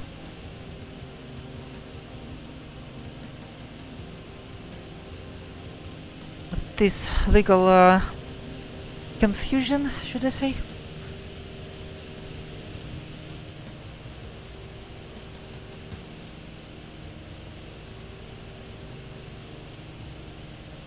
So one way or another, that's light sport, and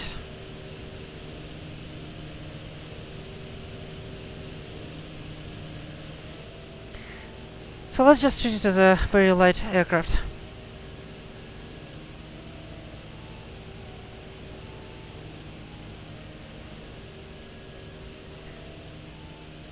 Okay, this is a big town.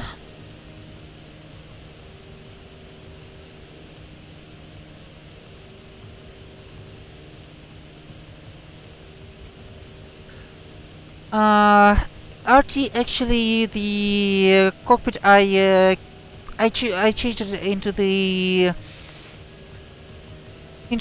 English, so the people who don't speak Russian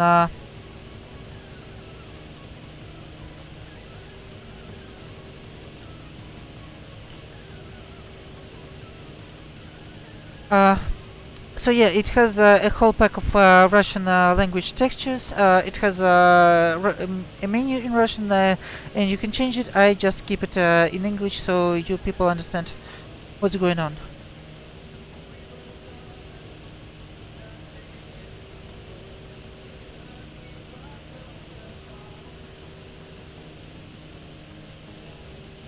Alright, this is actually a big town.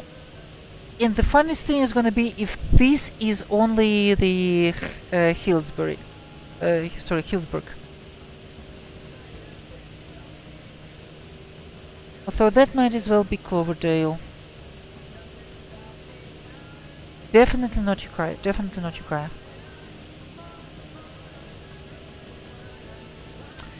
Okay, I'm dumb. That is the 101.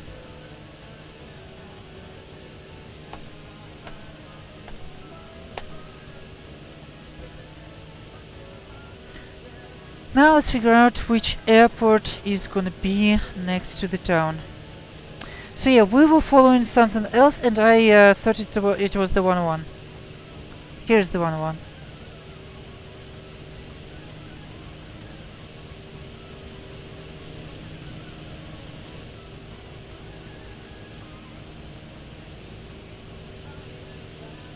Okay, lesson learned.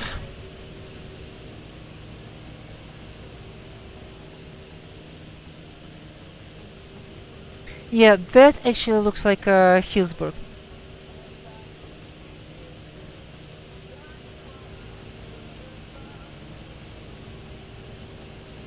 The town configuration. Well, I mean, at least we made it here.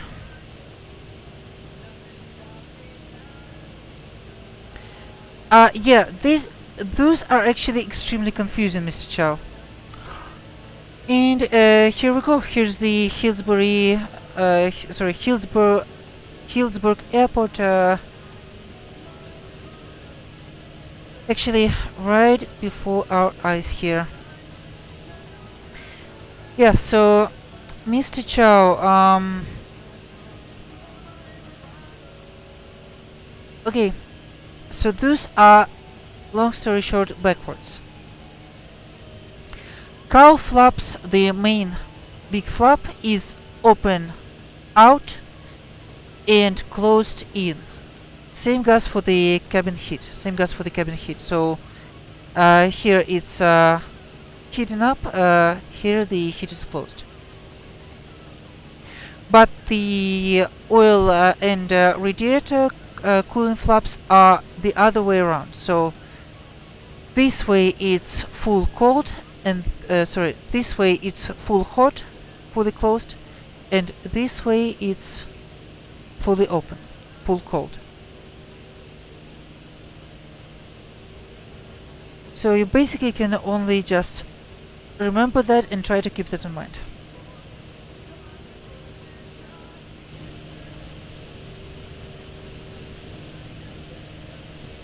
Okay, here's the Hillsburg Airport.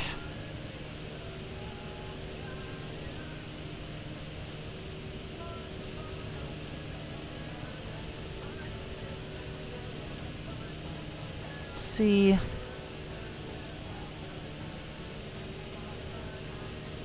Yeah.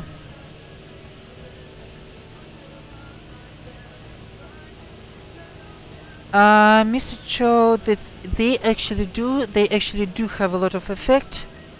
It may be not as obvious in a level flight, but it's way more obvious on the warm-up and on the end during the run-up and takeoff.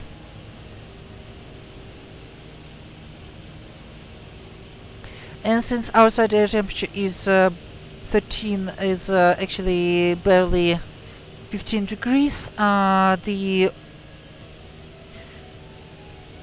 oil cooling is quite sufficient even with the flaps fully closed.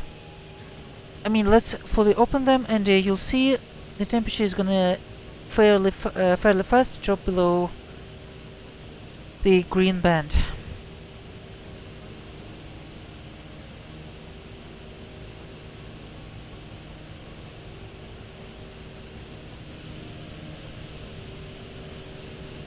Okay, let's actually finally follow the river and the 101. And continue to Cloverdale. Okay, here's the 101.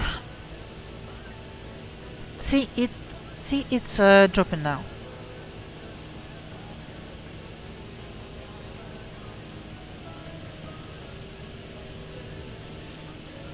Here's the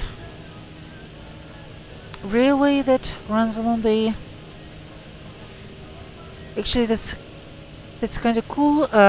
Basically, there's 101, there's a railway that runs along it, and the river runs along both of them. It actually runs more like to the east of Hillsburg and rejoins them somewhere around here.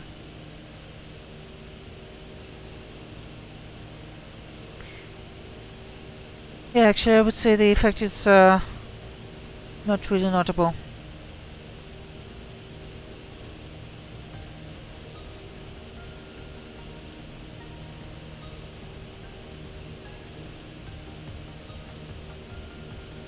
I mean, keep in mind that it also heavily depends on the outside temperatures and other factors, and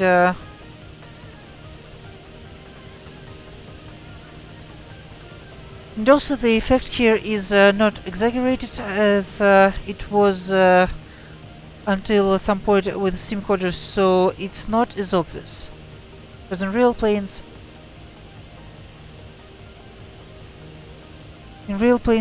the effect isn't as obvious and sharp. Actually, in some is. It also depends on the exact airframe or exact engine, because no two planes are the same.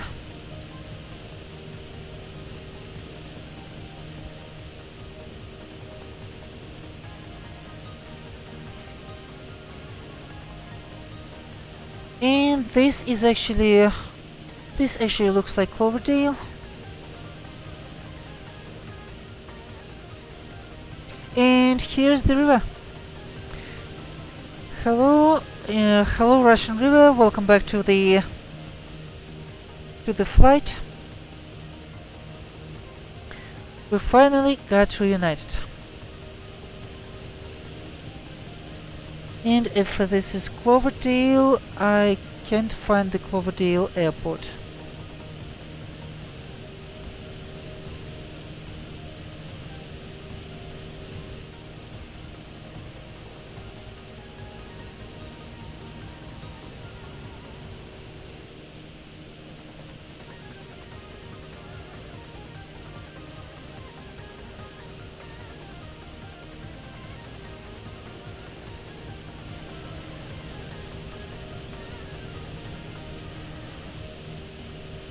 I guess it's just a really tiny grass strip, so not that much to find.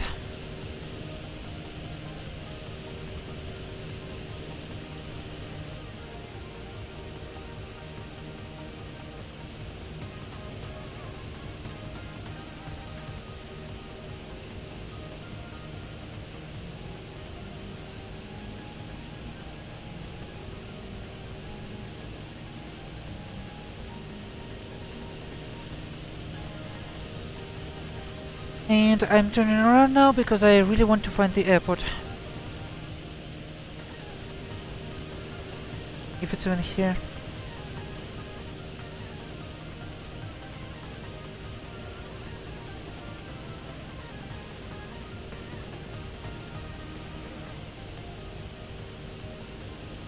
I mean, it's supposed to be, right? It should be right next to the railroad tracks.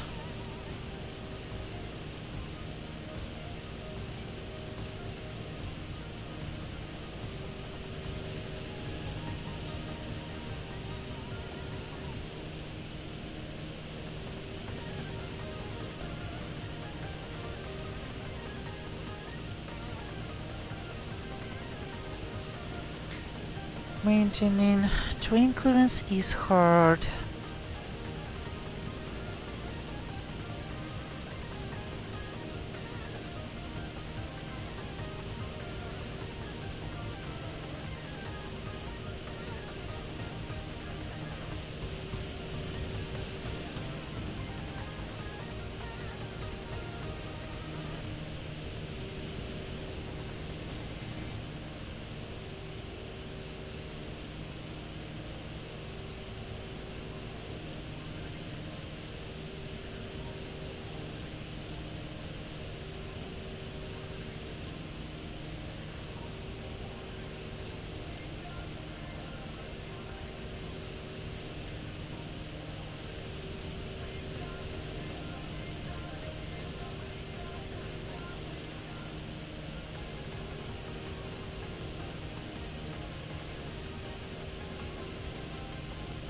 Yeah, I have a feeling it might be just not present here.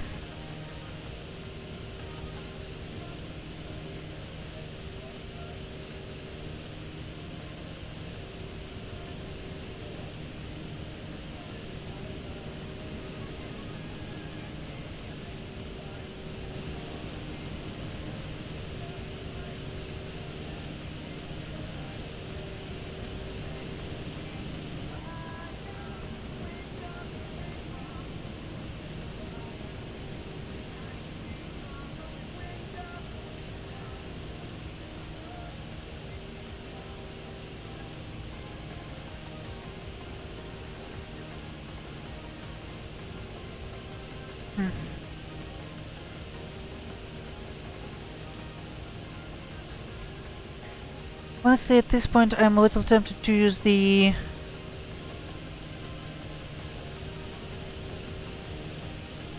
GPS because, well, to use my phone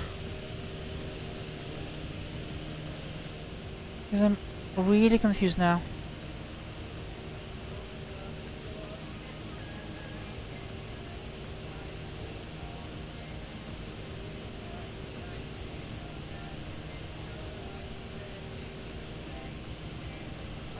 Oh my goodness.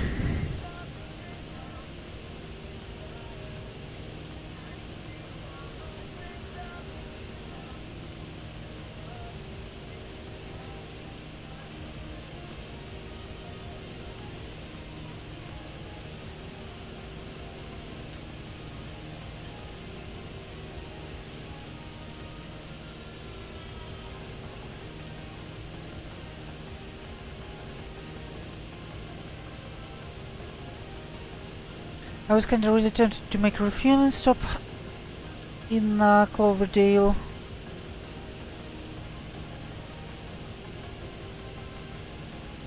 Wait a minute. Maybe maybe it's just a Gainesville. Oh boy, this plane is slow.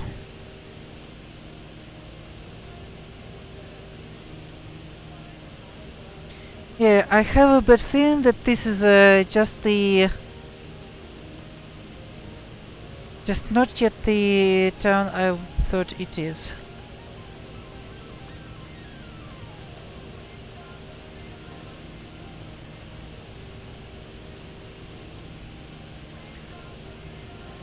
This is visual reference for you guys. You just never know where you are.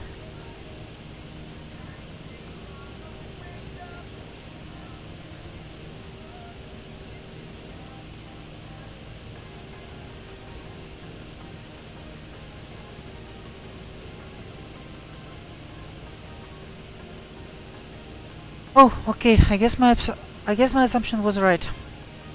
That actually looks like an airport.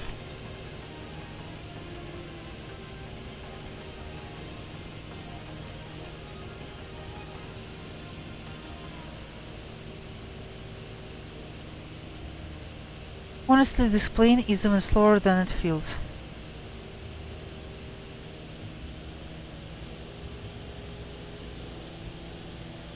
$5,000 RPMs.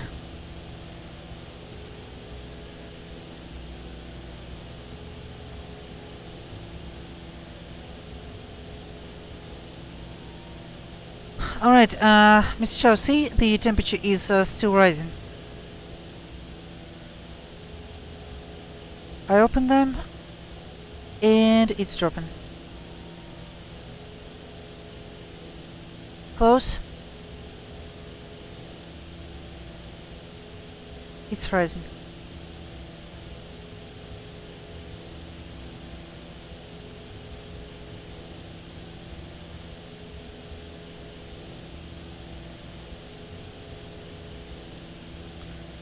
Almost 110. Open again. It's cooling down. Same with the red flaps. CHT is dropping.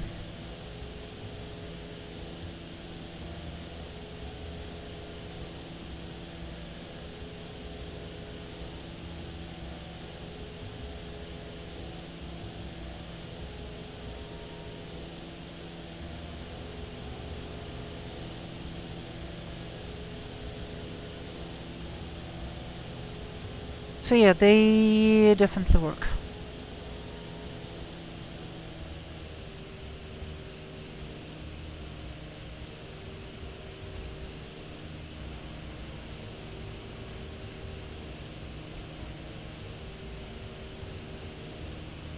And let's close them.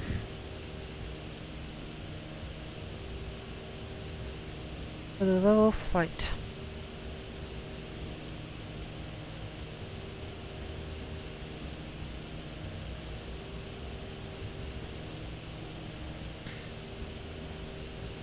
Yep, here's the Cloverdale Airport, and looks like we're coming up on the town of Cloverdale.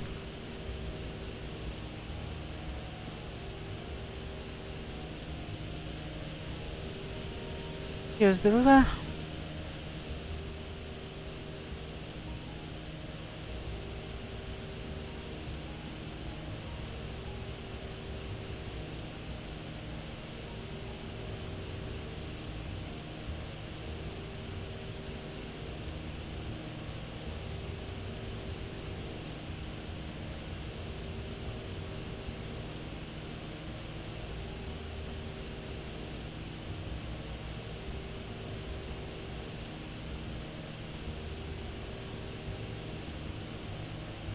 Okay, runway 32 right pattern, and that means runway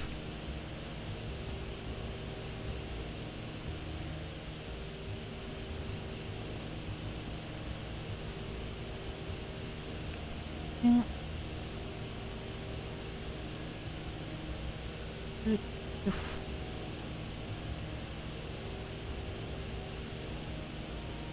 14.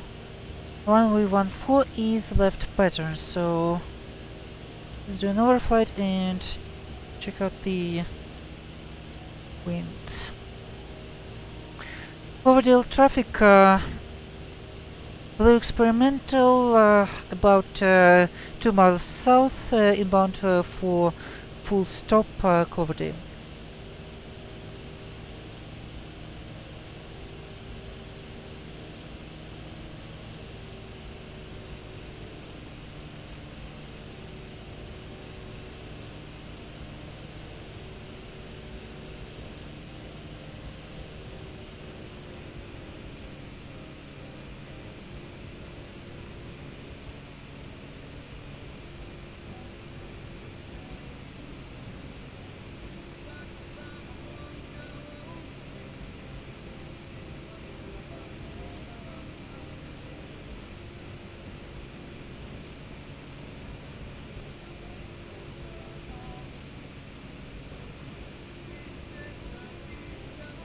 This is actually a nicely done little airport, I would say.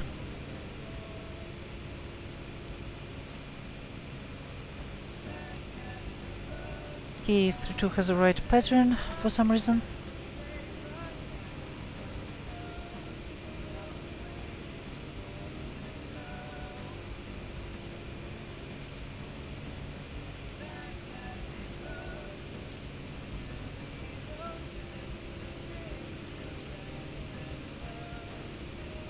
Winds are calm, I guess.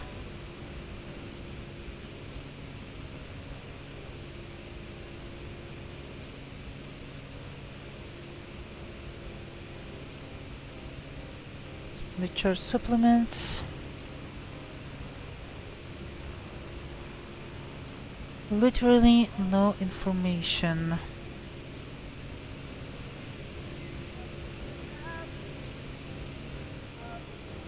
No compound runway, nothing. Cloverdale traffic, experimental joining right downwind for runway 32 full stop Cloverdale.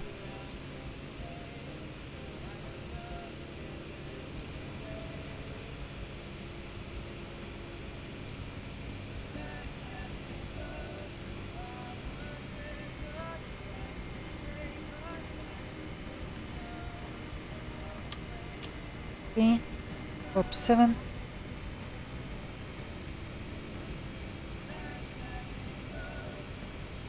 Okay, this is bad.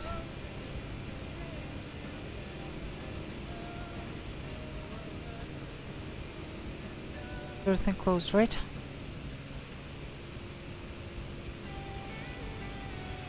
Yeah, okay, I was done. Lost.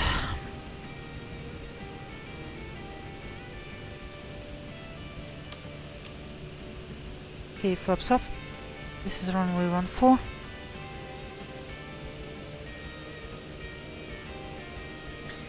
No, we actually did join the... We actually did join the right downwind.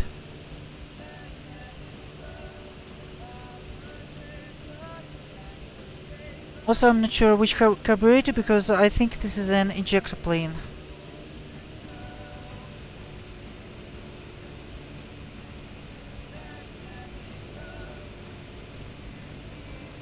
Cloverdale traffic, experimental right base runway 32 Cloverdale.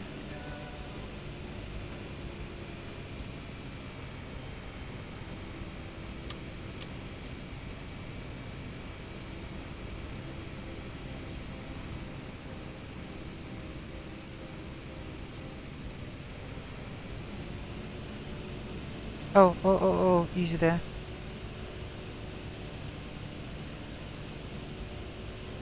Cloverdale traffic, experimental final runway 32, full stop, Cloverdale. Whoa. If this tiny crosswind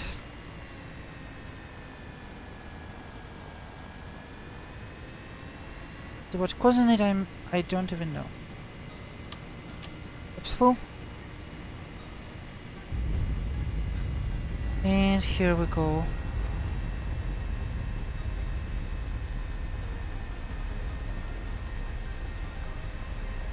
Okay, that was interesting.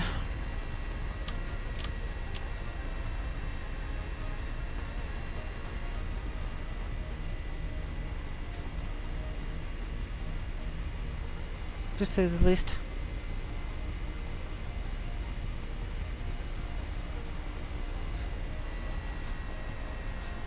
Cloverdale traffic, experimental runway vacated. Cloverdale. Nah, definitely wasn't butter. Without landing light, without anything.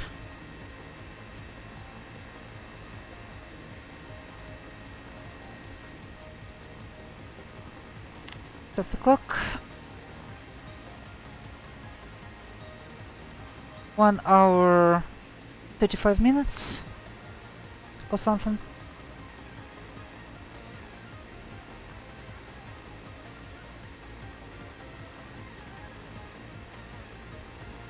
All right.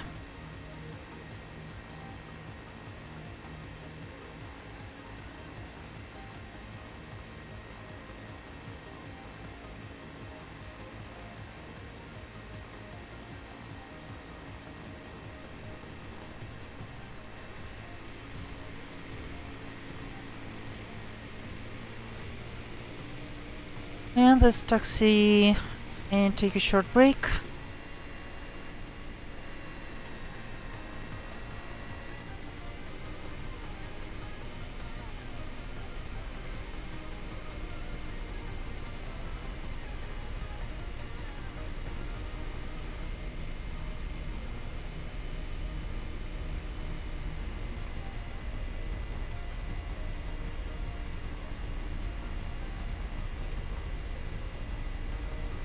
Let's see, how was it?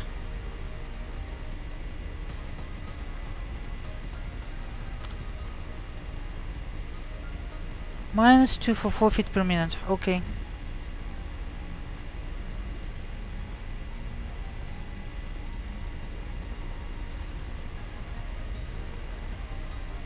I'd say that was a little too soft for what it was. Okay. Let's taxi in.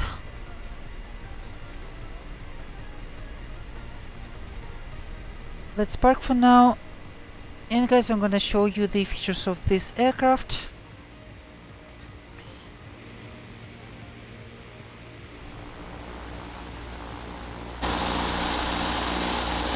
For now, let's set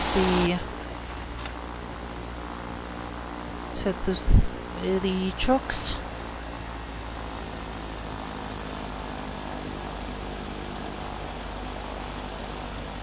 Time to cool the engine down.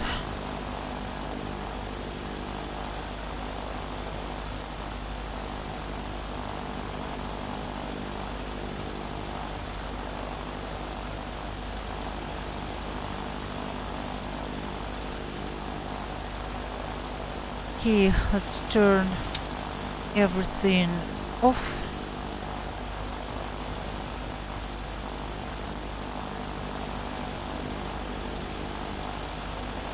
Transponder.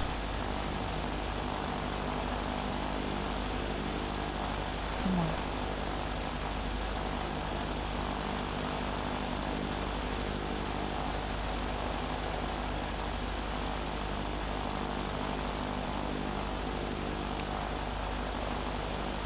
Turn this off. Fuel pump is turned off. Hold on. Should have done this first.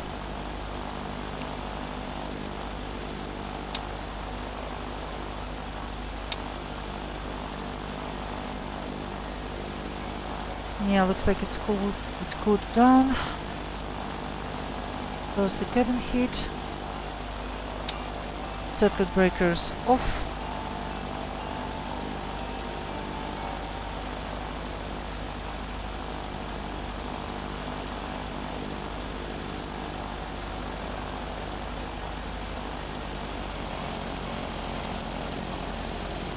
Idle. And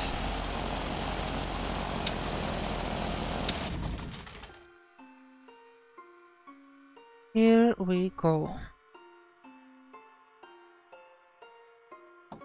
And close the throttle again. Throttle is fully open for a second to clean up the exhaust.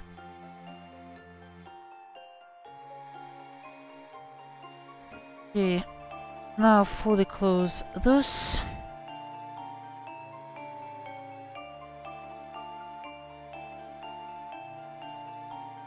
Close the fuel and let's put all the other stuff.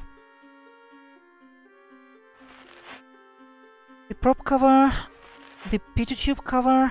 Yep, you just go out and put everything on.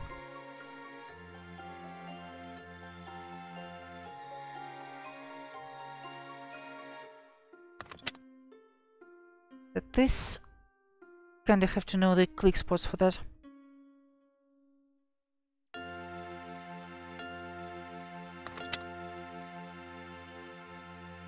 tie down number 2, and let's see, tie down number 3.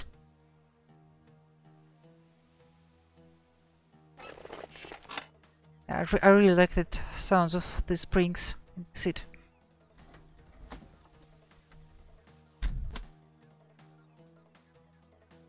Alright, let's change this for a second.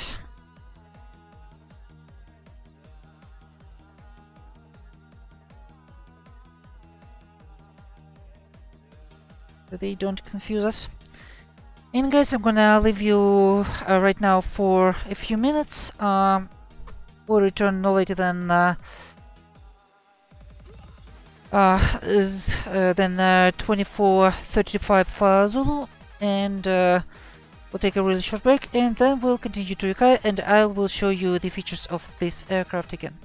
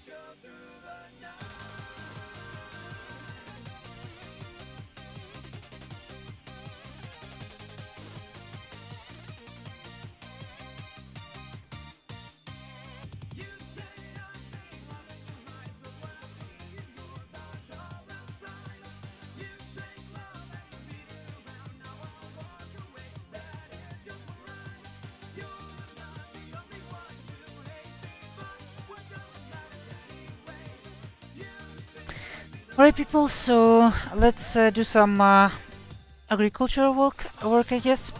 I promised you I'm gonna showcase the features of this aircraft, so this is what we are gonna be doing and I'll show them in full.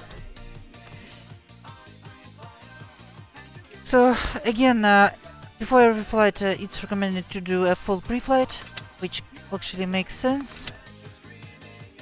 Let's remove the tie downs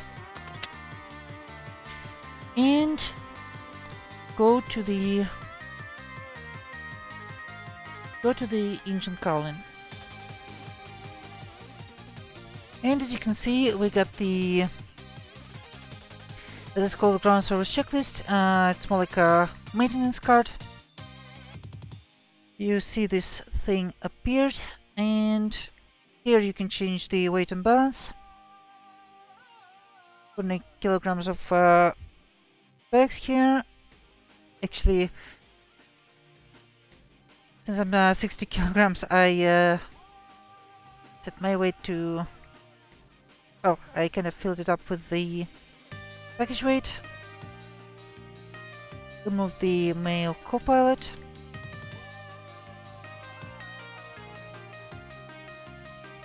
Everything here. We got 32 liters of, like I said, of the premium gas in the tank. And let's continue with the pre-flight. We removed the engine cowling, and by the way, everything could be replaced. As you can see, there are click spots, the spark plugs, the oil filter, everything else. Well, not everything, but quite a few things. The spark plug. Let's remove the prop cover.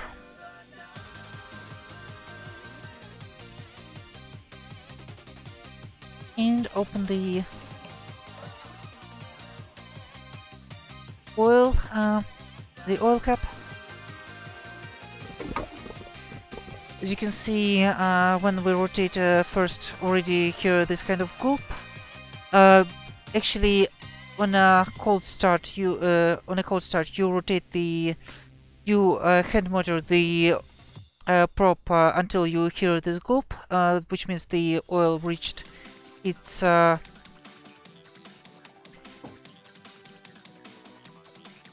check level, and then you check it on the prop. As you can see, it's clean, it's more than enough, so we can close this. And let's close the cowling.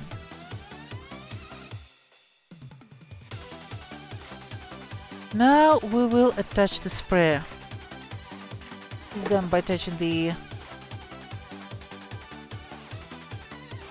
things, the sprayer couplings.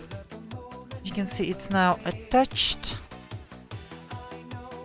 It's actually a pretty simple sprayer, but it's pretty ingenious. As you can see, there are a couple of little turbines. I mean, you can already do this in Explain 11, so I don't think there's any point of waiting. But those turbines, they basically disperse the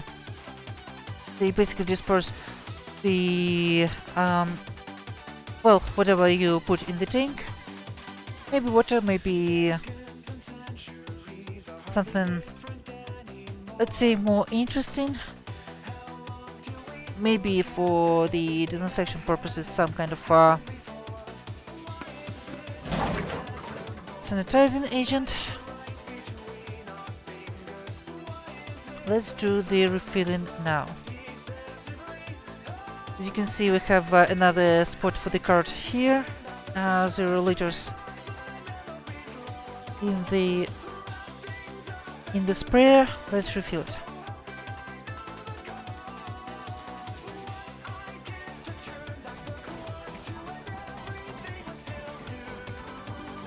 Here's this hand pump.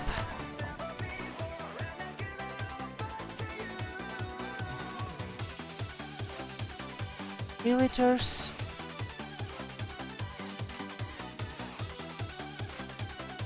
Okay, I'm not sure if you can see both the... Well, 1, 2, and 3, 4 on the other side. For the sprayers. Okay, let's actually refill it.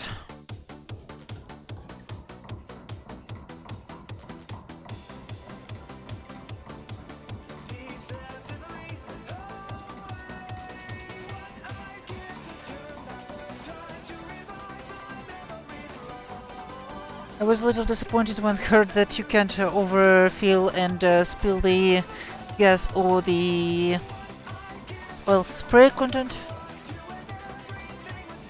But well, it just works like an like a car gas station. It just stops when it's full. How much do we have? 25 liters.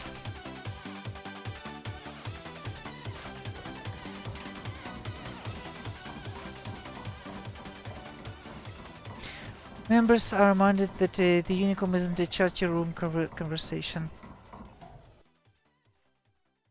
This is just for display. Yes, it is. It's part of the model. What was that? The last time I don't know where fillers come from, I don't know where glue comes from, and I don't know where glue fillers come from. So and it's just $35, so definitely check it out. Let's take this conversations to private message. This is general broadcast and does not require a reply. Thank you. Okay.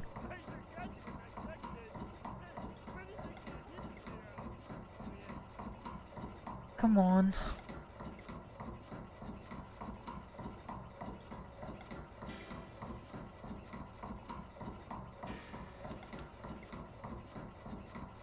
See how much does it fit.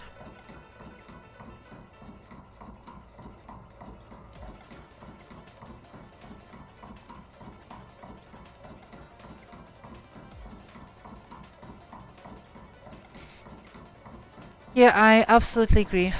I absolutely agree that that is the... can I call you just Ash, if you don't mind?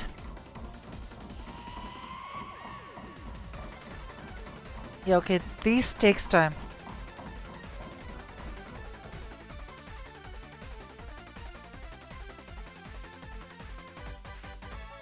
$72 liters, so you can put more spray content into that than the fuel. Okay. Okay. No, I think we have. I think this is enough.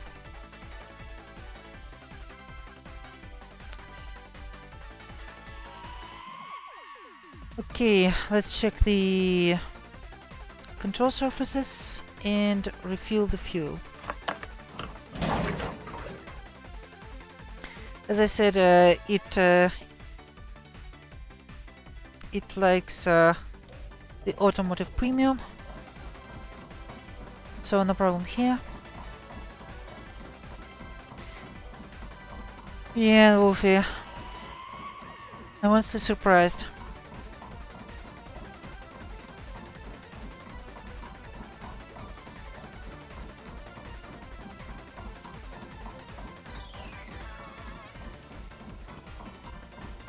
Here it is, you can monitor the amount of fuel in the tank. It's 64 liters.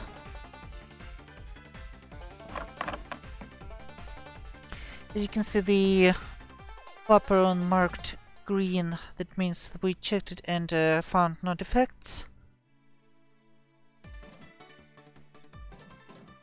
Same goes for elevator, for the radar.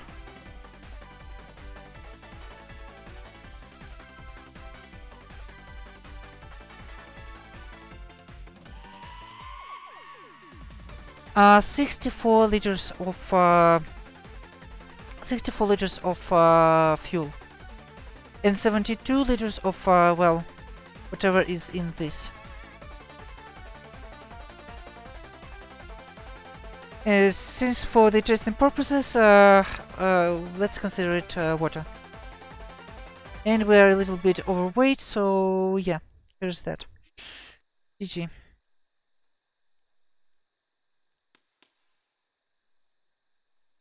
At least no failures. Alright. Let's get back in the cockpit. Make the pilots visible. You can see we got the handy units conversion.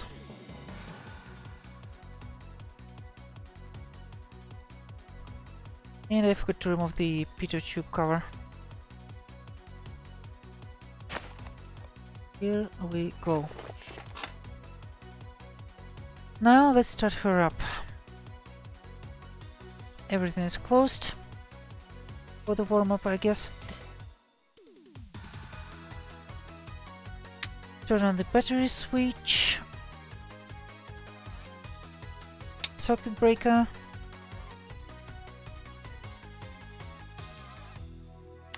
Let's reset the clock.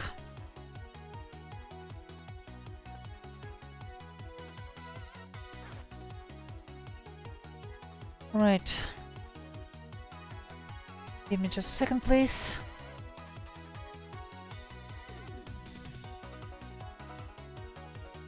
Yep, I was right. Let's prime it.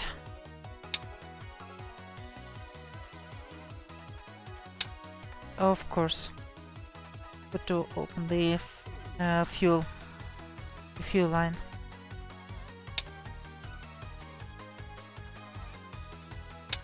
Point 4 bars. Mixture out. Ignitions.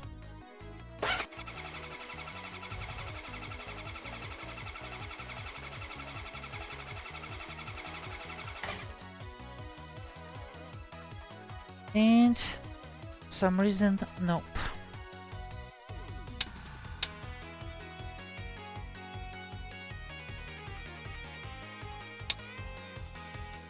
Let's try to do this again.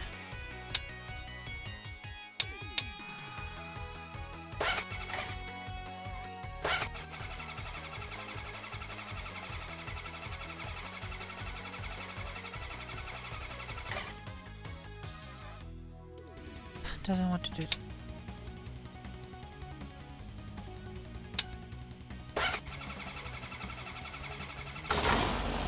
Okay, here we go.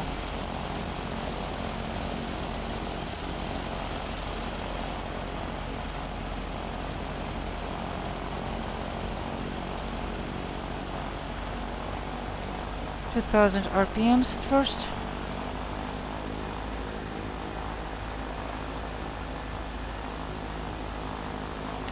And start the stopwatch.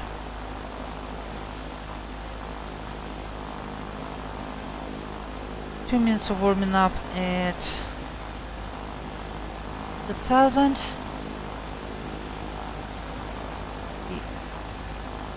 cabin hit just a little bit. Oops.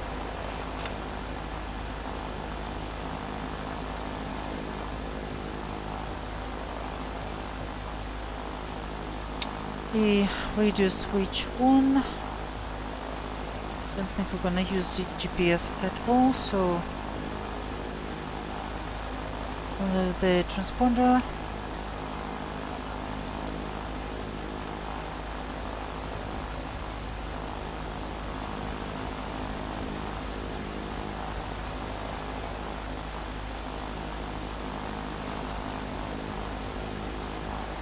Radio just got reset.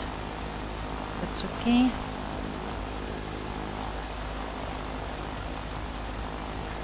On to 2.8.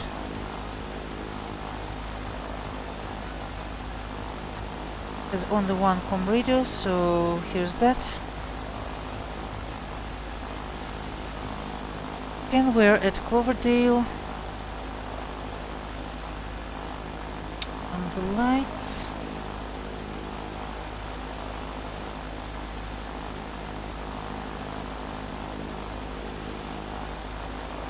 And I think this is our 2 minutes.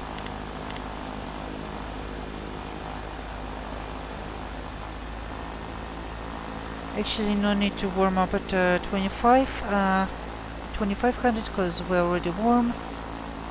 Because, well, already warm. Oh.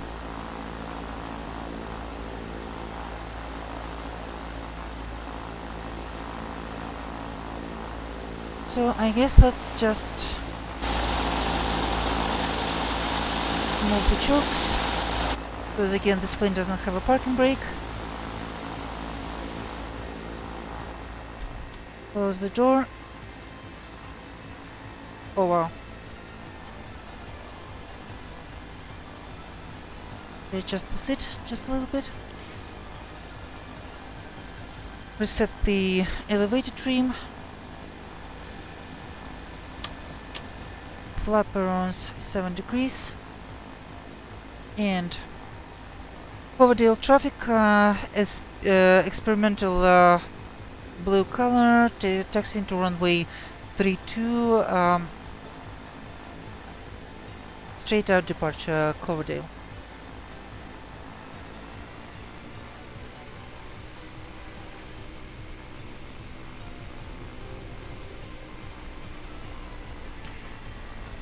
By the way, we literally can take any kind of intersection departure because, well, this plane doesn't technically need any kind of runway.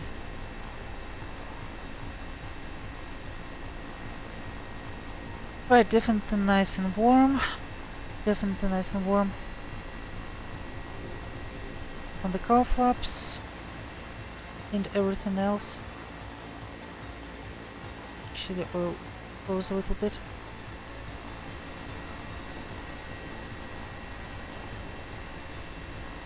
Cloverdale traffic, blue experimental, taking off runway 35, correction 22, straight out departure Cloverdale. Okay, here we go. Start the clock. Landing light on. And yes, there's one. Don't forget that we're a little bit overweight. Be really careful here.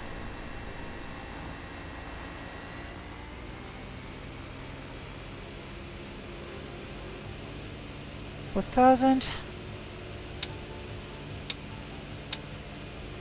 Max check.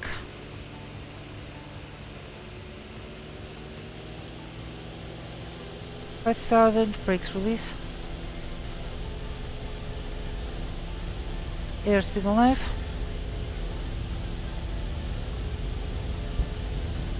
$40. Rotate. And we are off.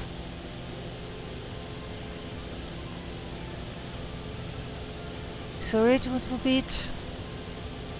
55. Flaps up.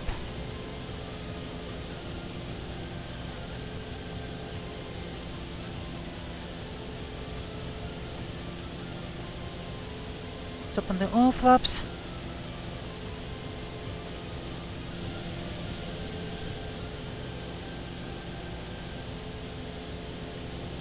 Canadian Captain Mustache, welcome aboard. We are flying a Russian plane along the Russian river. Okay, now most of the crop dusting ops are done at a pretty low altitudes, like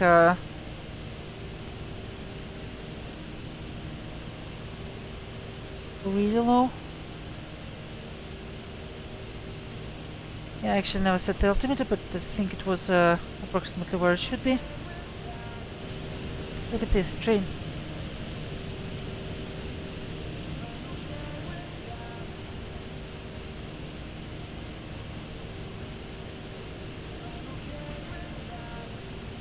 Dane Flats, yes, exactly, native country. We're in Northern California.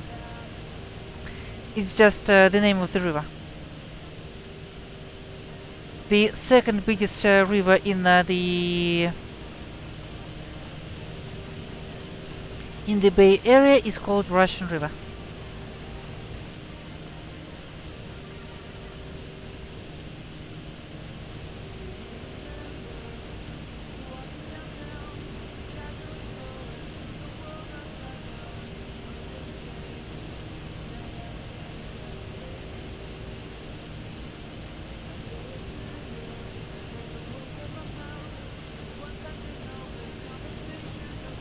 Wasn't even planning to. Okay, we are more or less stable. Let's try to do some spraying. Plane actually feels heavy now.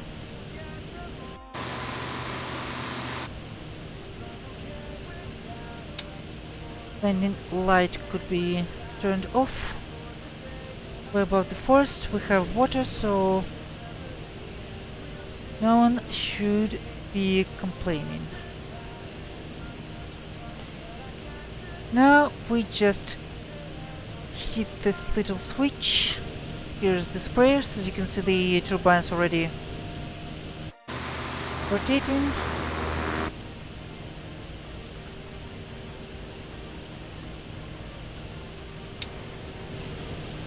And here you go. Here we are spraying whatever is in the tank.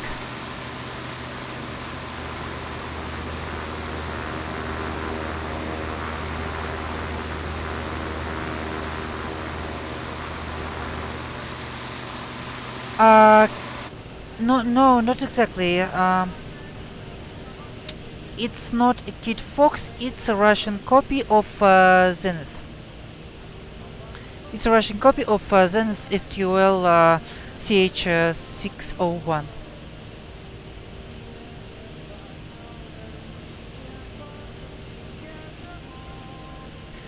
So yeah, here's the spraying. Now we can roleplay that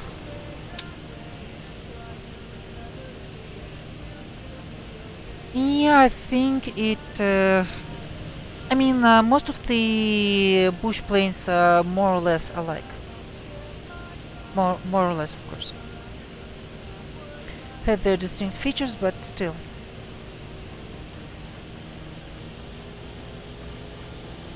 Okay, let's actually climb a little bit. Just for the terrain clearance.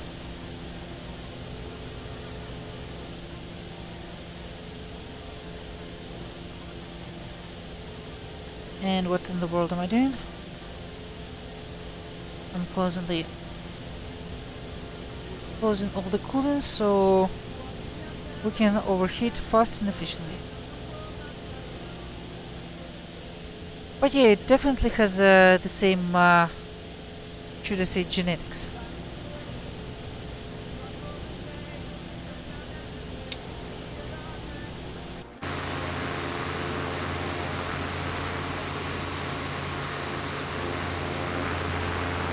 As you can see, they are fully utilizing the new particle system. Can do a crop dusting ops, can do some maybe water bombing for, well, maybe not the craziest of the cases. So yeah, can definitely roleplay that drunk pilot from the satire newspaper that allegedly dropped something like 3 gallons of manure on a town, which actually never happened, but it was a cute story.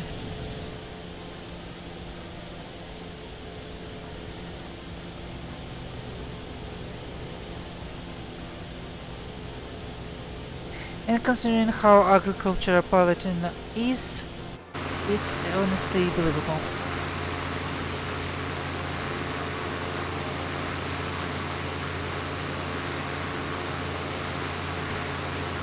Oh, and by the way, we can't use the copilot now because we don't have one. Instead of autopilot, this pilot has a copilot functionality.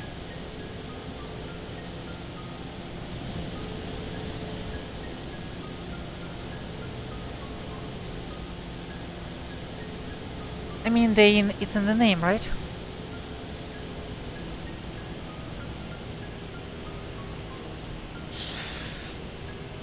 Alright.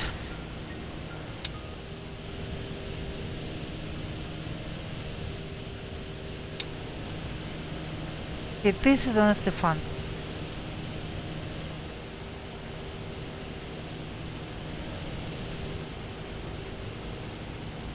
And we're spraying the 101 now. Let's maybe not.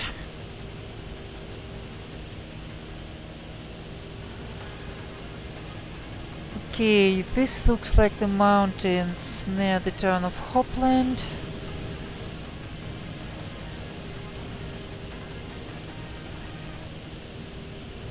And it's literally called Hopland.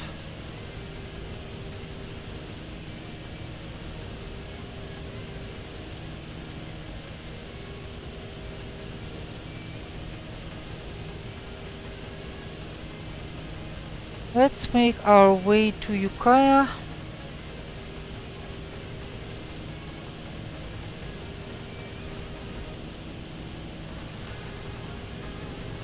Which is reporting some pretty nasty weather. And to not overcool the engine, let's close all the cooling.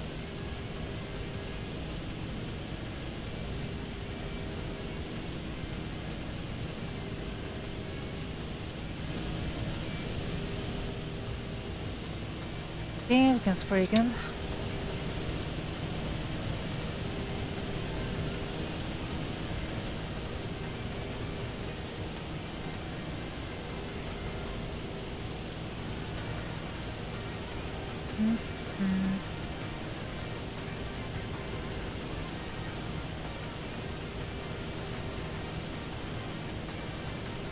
Ukiah is a pretty big airport. I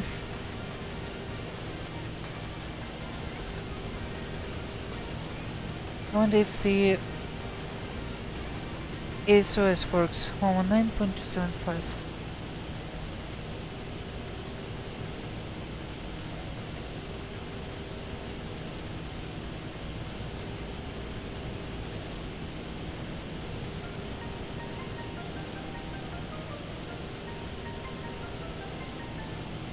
Nope, built-in explain doesn't work. Or maybe we're just too far.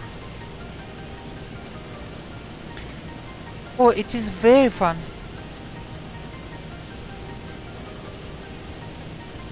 Yeah, right?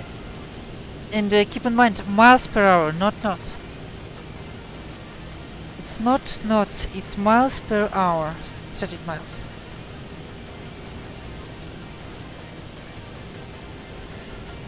A very fun little plane.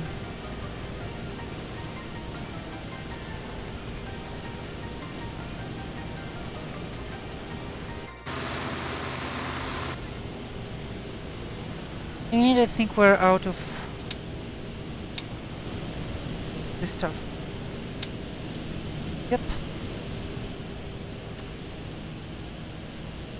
It was fun while it lasted.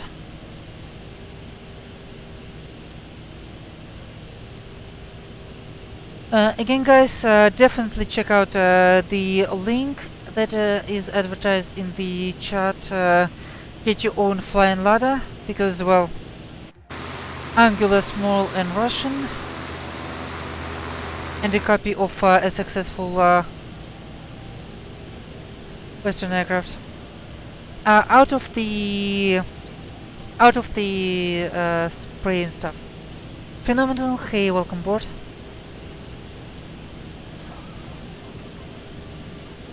We are in Northern California, flying around the Russian River. 701. 701.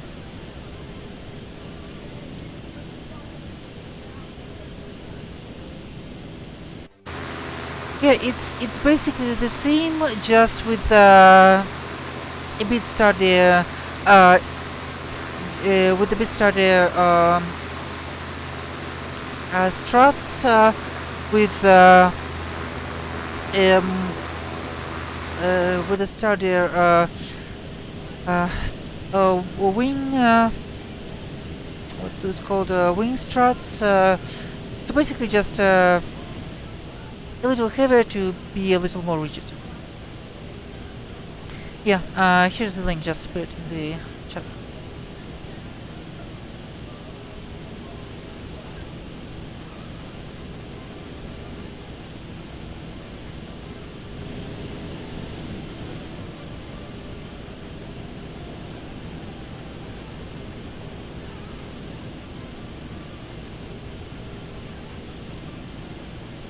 Oh, and be advised, it doesn't have any kind of IFR equipment.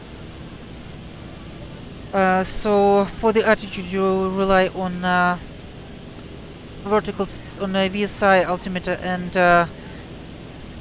the turn coordinator, and for the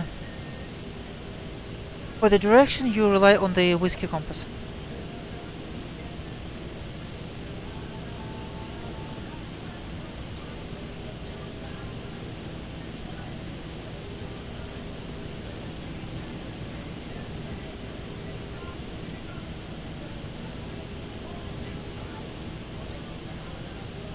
And Captain Mustache, thanks for joining the Discord server. Welcome to the community.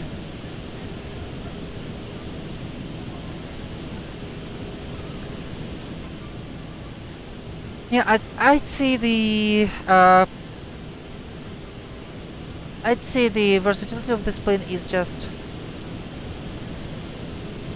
absolutely impressive. 5 kilo this weekend now. I'm gonna celebrate by eating a kilo of pizza. Look at me. Okay, phenomenal.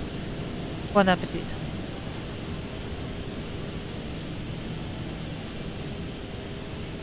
And I think we have lost the visual of the 101 again. Actually it.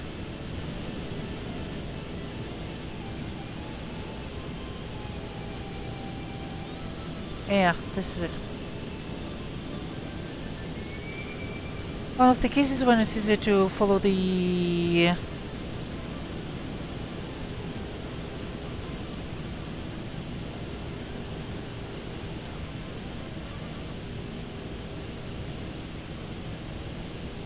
phenomenal. Yeah, thank you for advertising your diet. Anyway, first of all, good job. I understand that it might be quite a problem for quite a few of us. Not for me. I'm lucky to have the metabolism that allows me to eat as much as I want and keep my 60 kilos. But for you guys who are trying to lose weight, that's a big thing, and honestly, congrats, phenomenal, great job.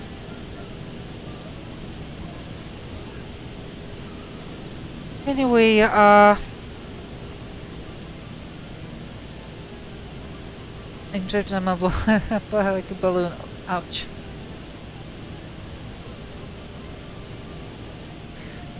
Yeah, good job anyway. Good job.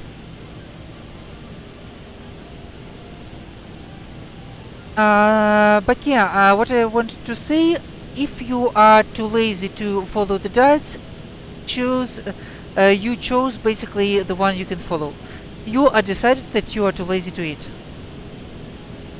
So I'd say this is a great way to do this.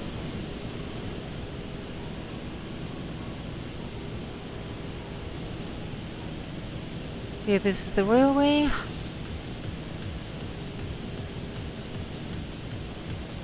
Somewhere here is the river.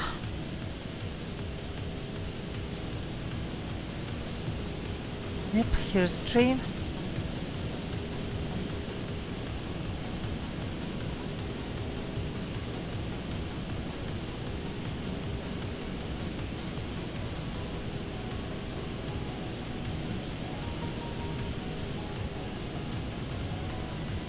Yeah, I mean, that makes sense.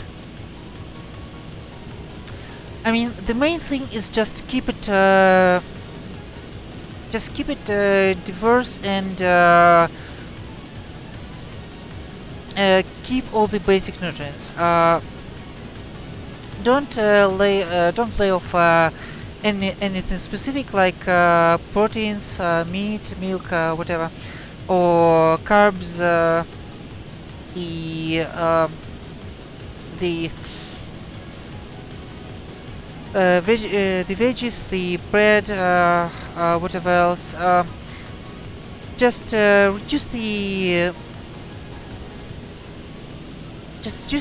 basic, the overall amount, and definitely keep on the vitamins, fruits, vegetables, the healthy meats, maybe some other stuff. Simply just to keep your immune system up and running and to fight the COVID, because seriously, that's quite an issue nowadays. And it's a general idea regardless. Okay. I have blueberries in yogurt. Good choice, Dane. Good choice.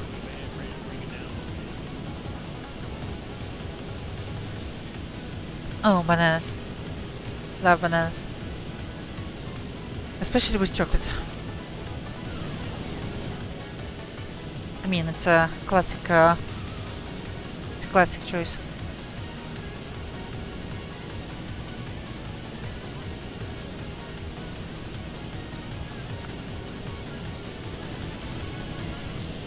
Okay, it looks like the sun is slowly going down. That's what is good night. Fitch, am I right? Yeah, welcome aboard. Yep, that's a Russian plane. We're flying in Southern California along the Russian River. Well, this is what it's called, River Russian.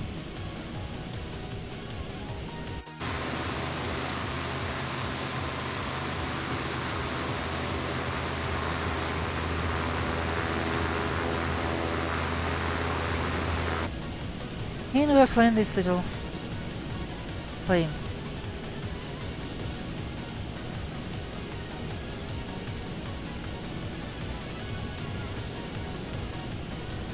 Let's see.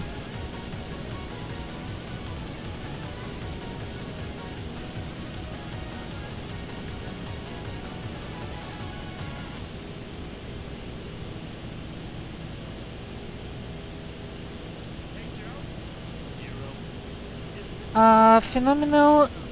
If you are interested,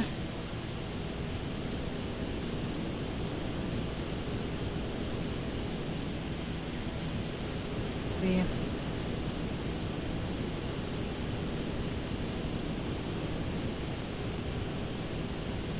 English.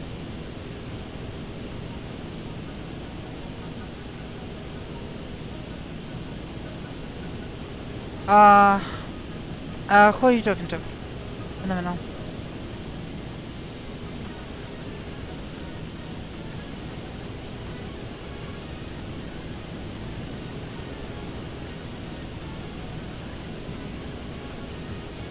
See you next. I was just a quick visit for me to the resort. Have a great flight. Canadian Captain Master, thanks you for joining us, and I will see you next time.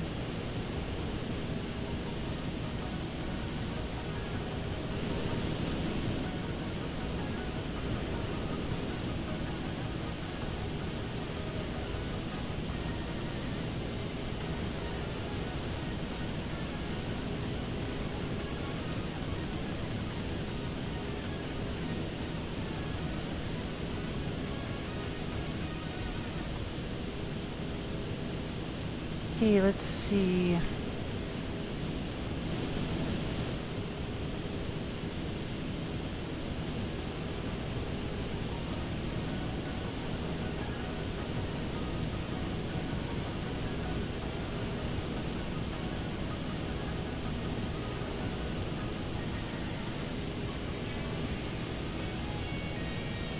So our destination is Ukiah.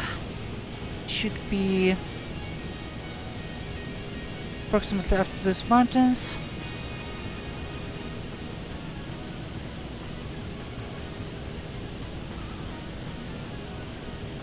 Let's see. And it's a pretty big airport, so we shouldn't miss it. Oh, by the way, speak of the devil.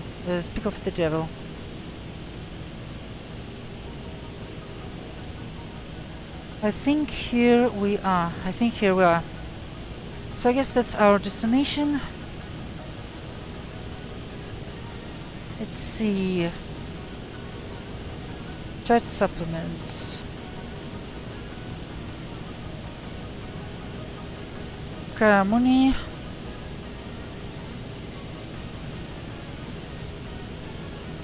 Nice abandoned car, one runway is 15.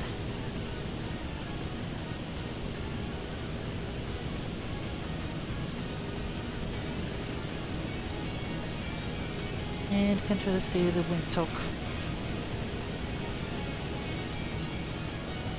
Ukiah traffic, blue experimental overhead, passing, you check the winds for full stop Ukiah. Okay, let's see.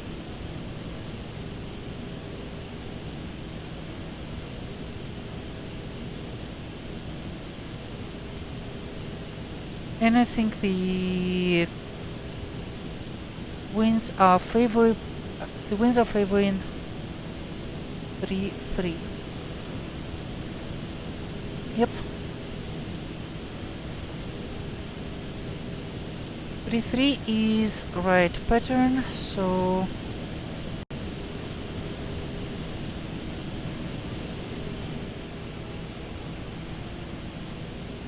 Ukiah traffic, blue experimental joining right downwind for runway 33, Ukiah.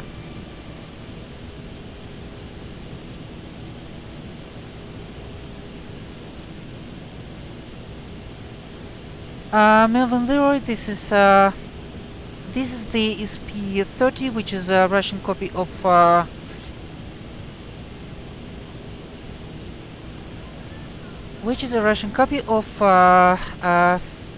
Zenith CH-701.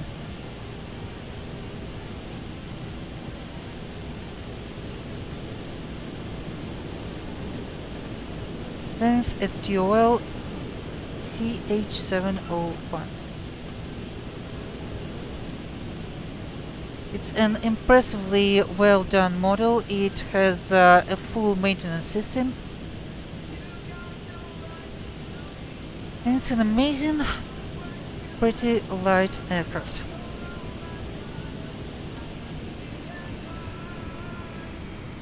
Here, let's cut the... What am I doing? I'm doing something wrong.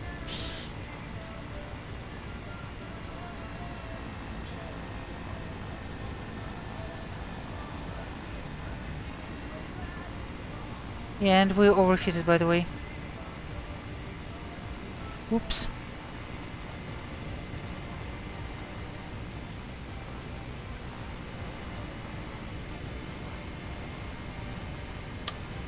Flaps going to 7.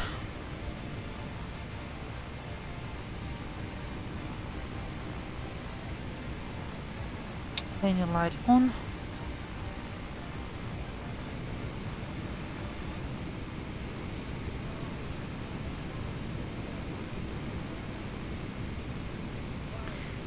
Ukiah traffic experimental final runway 33 full stop Ukiah.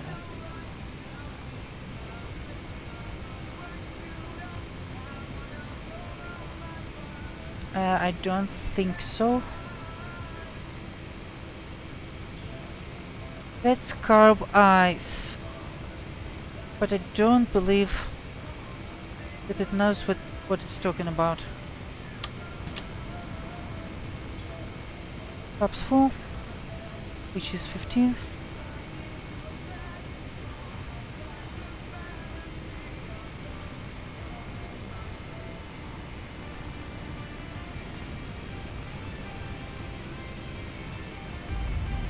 And touchdown.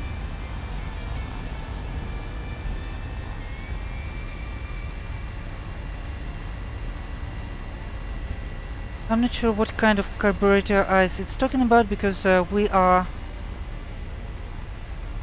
we're injector.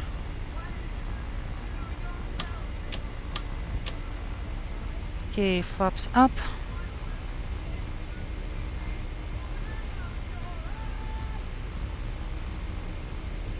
Say what?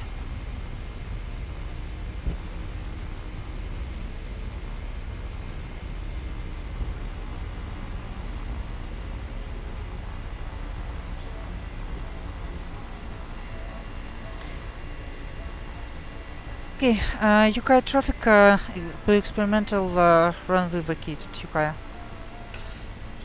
Okay, let's find the FBO.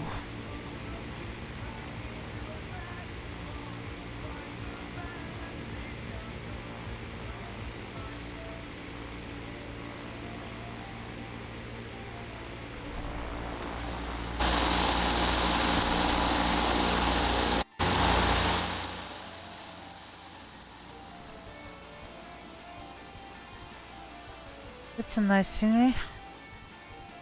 Like, really nice. This looks like personal hangars. This looks like the FBO.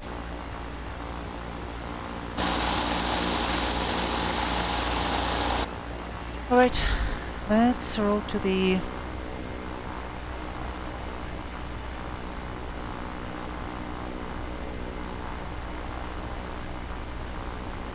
with the FBO. Also, let's cool down the engine. Transponder off.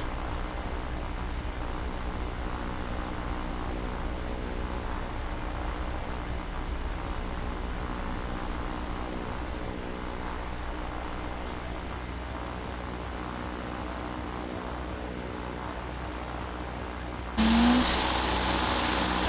we are finally here. Stop the clock. That was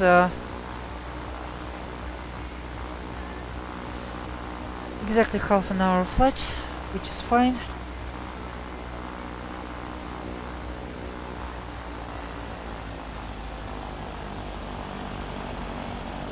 Time to cool the engine down.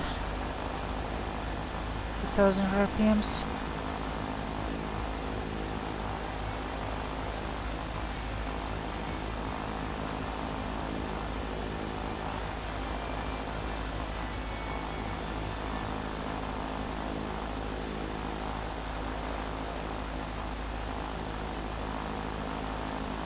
Okay,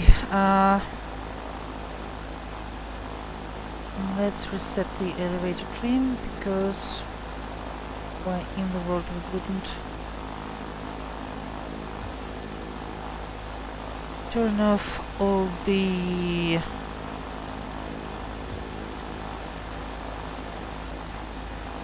power consumers. The headset is already off.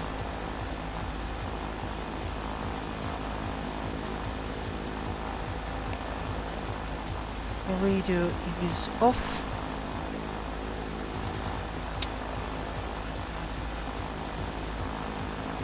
The engine is cool enough. Turn on the circuit breakers.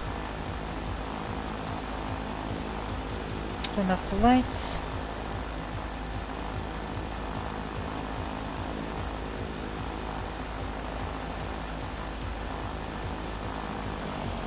Idle. Ignition.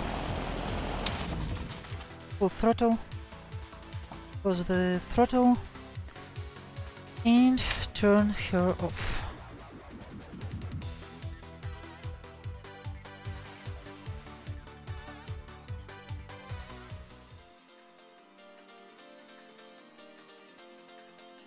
Okay.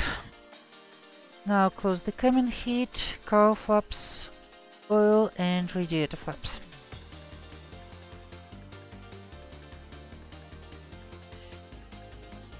Let's check the oil just for the... well, just out of interest, shall we?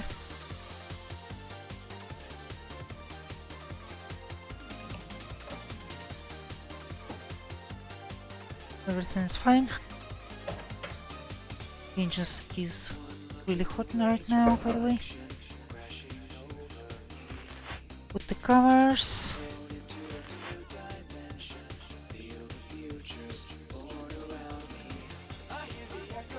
Actually can remove the sprayer.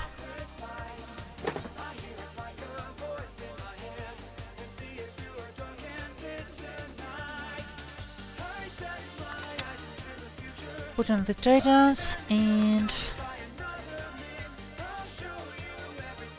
yeah, perfect parking job. Perfect parking job, lady.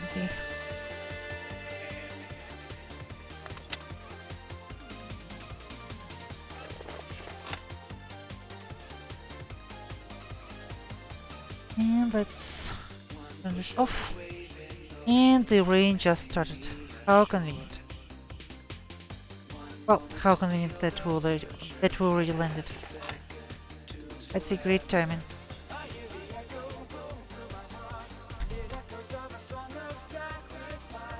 So here we go, guys. That was this little nice Saturday flight. Thank you so much for joining me for it. Let's check the... Oh my goodness. Already at stand.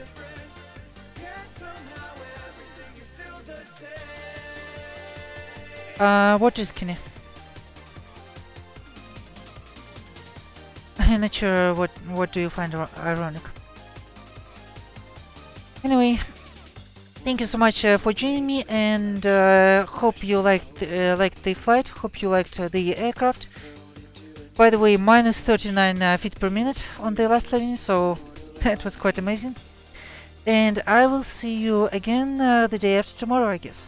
So, thank you for joining me, and good night. Let's see who we can raid.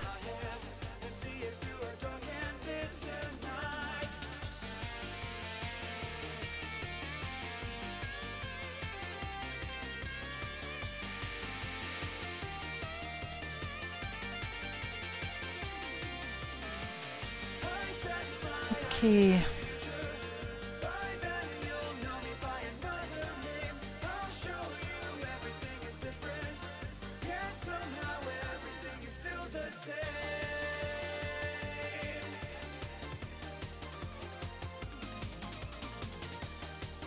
Sim Caesar or ground point 9, guys. Sim Caesar or ground point 9. Let's go to AG, I guess. On the other hand, Sim Caesar flying is approximately in the same area, so I'm not even sure. No kidding, it's actually started raining when we landed, so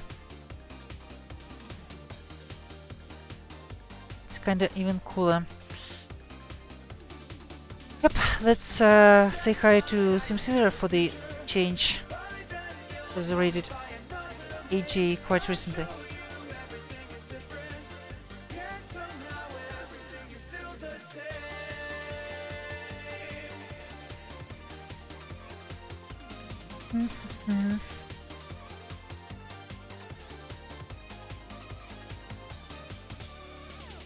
Fee from what? What do I?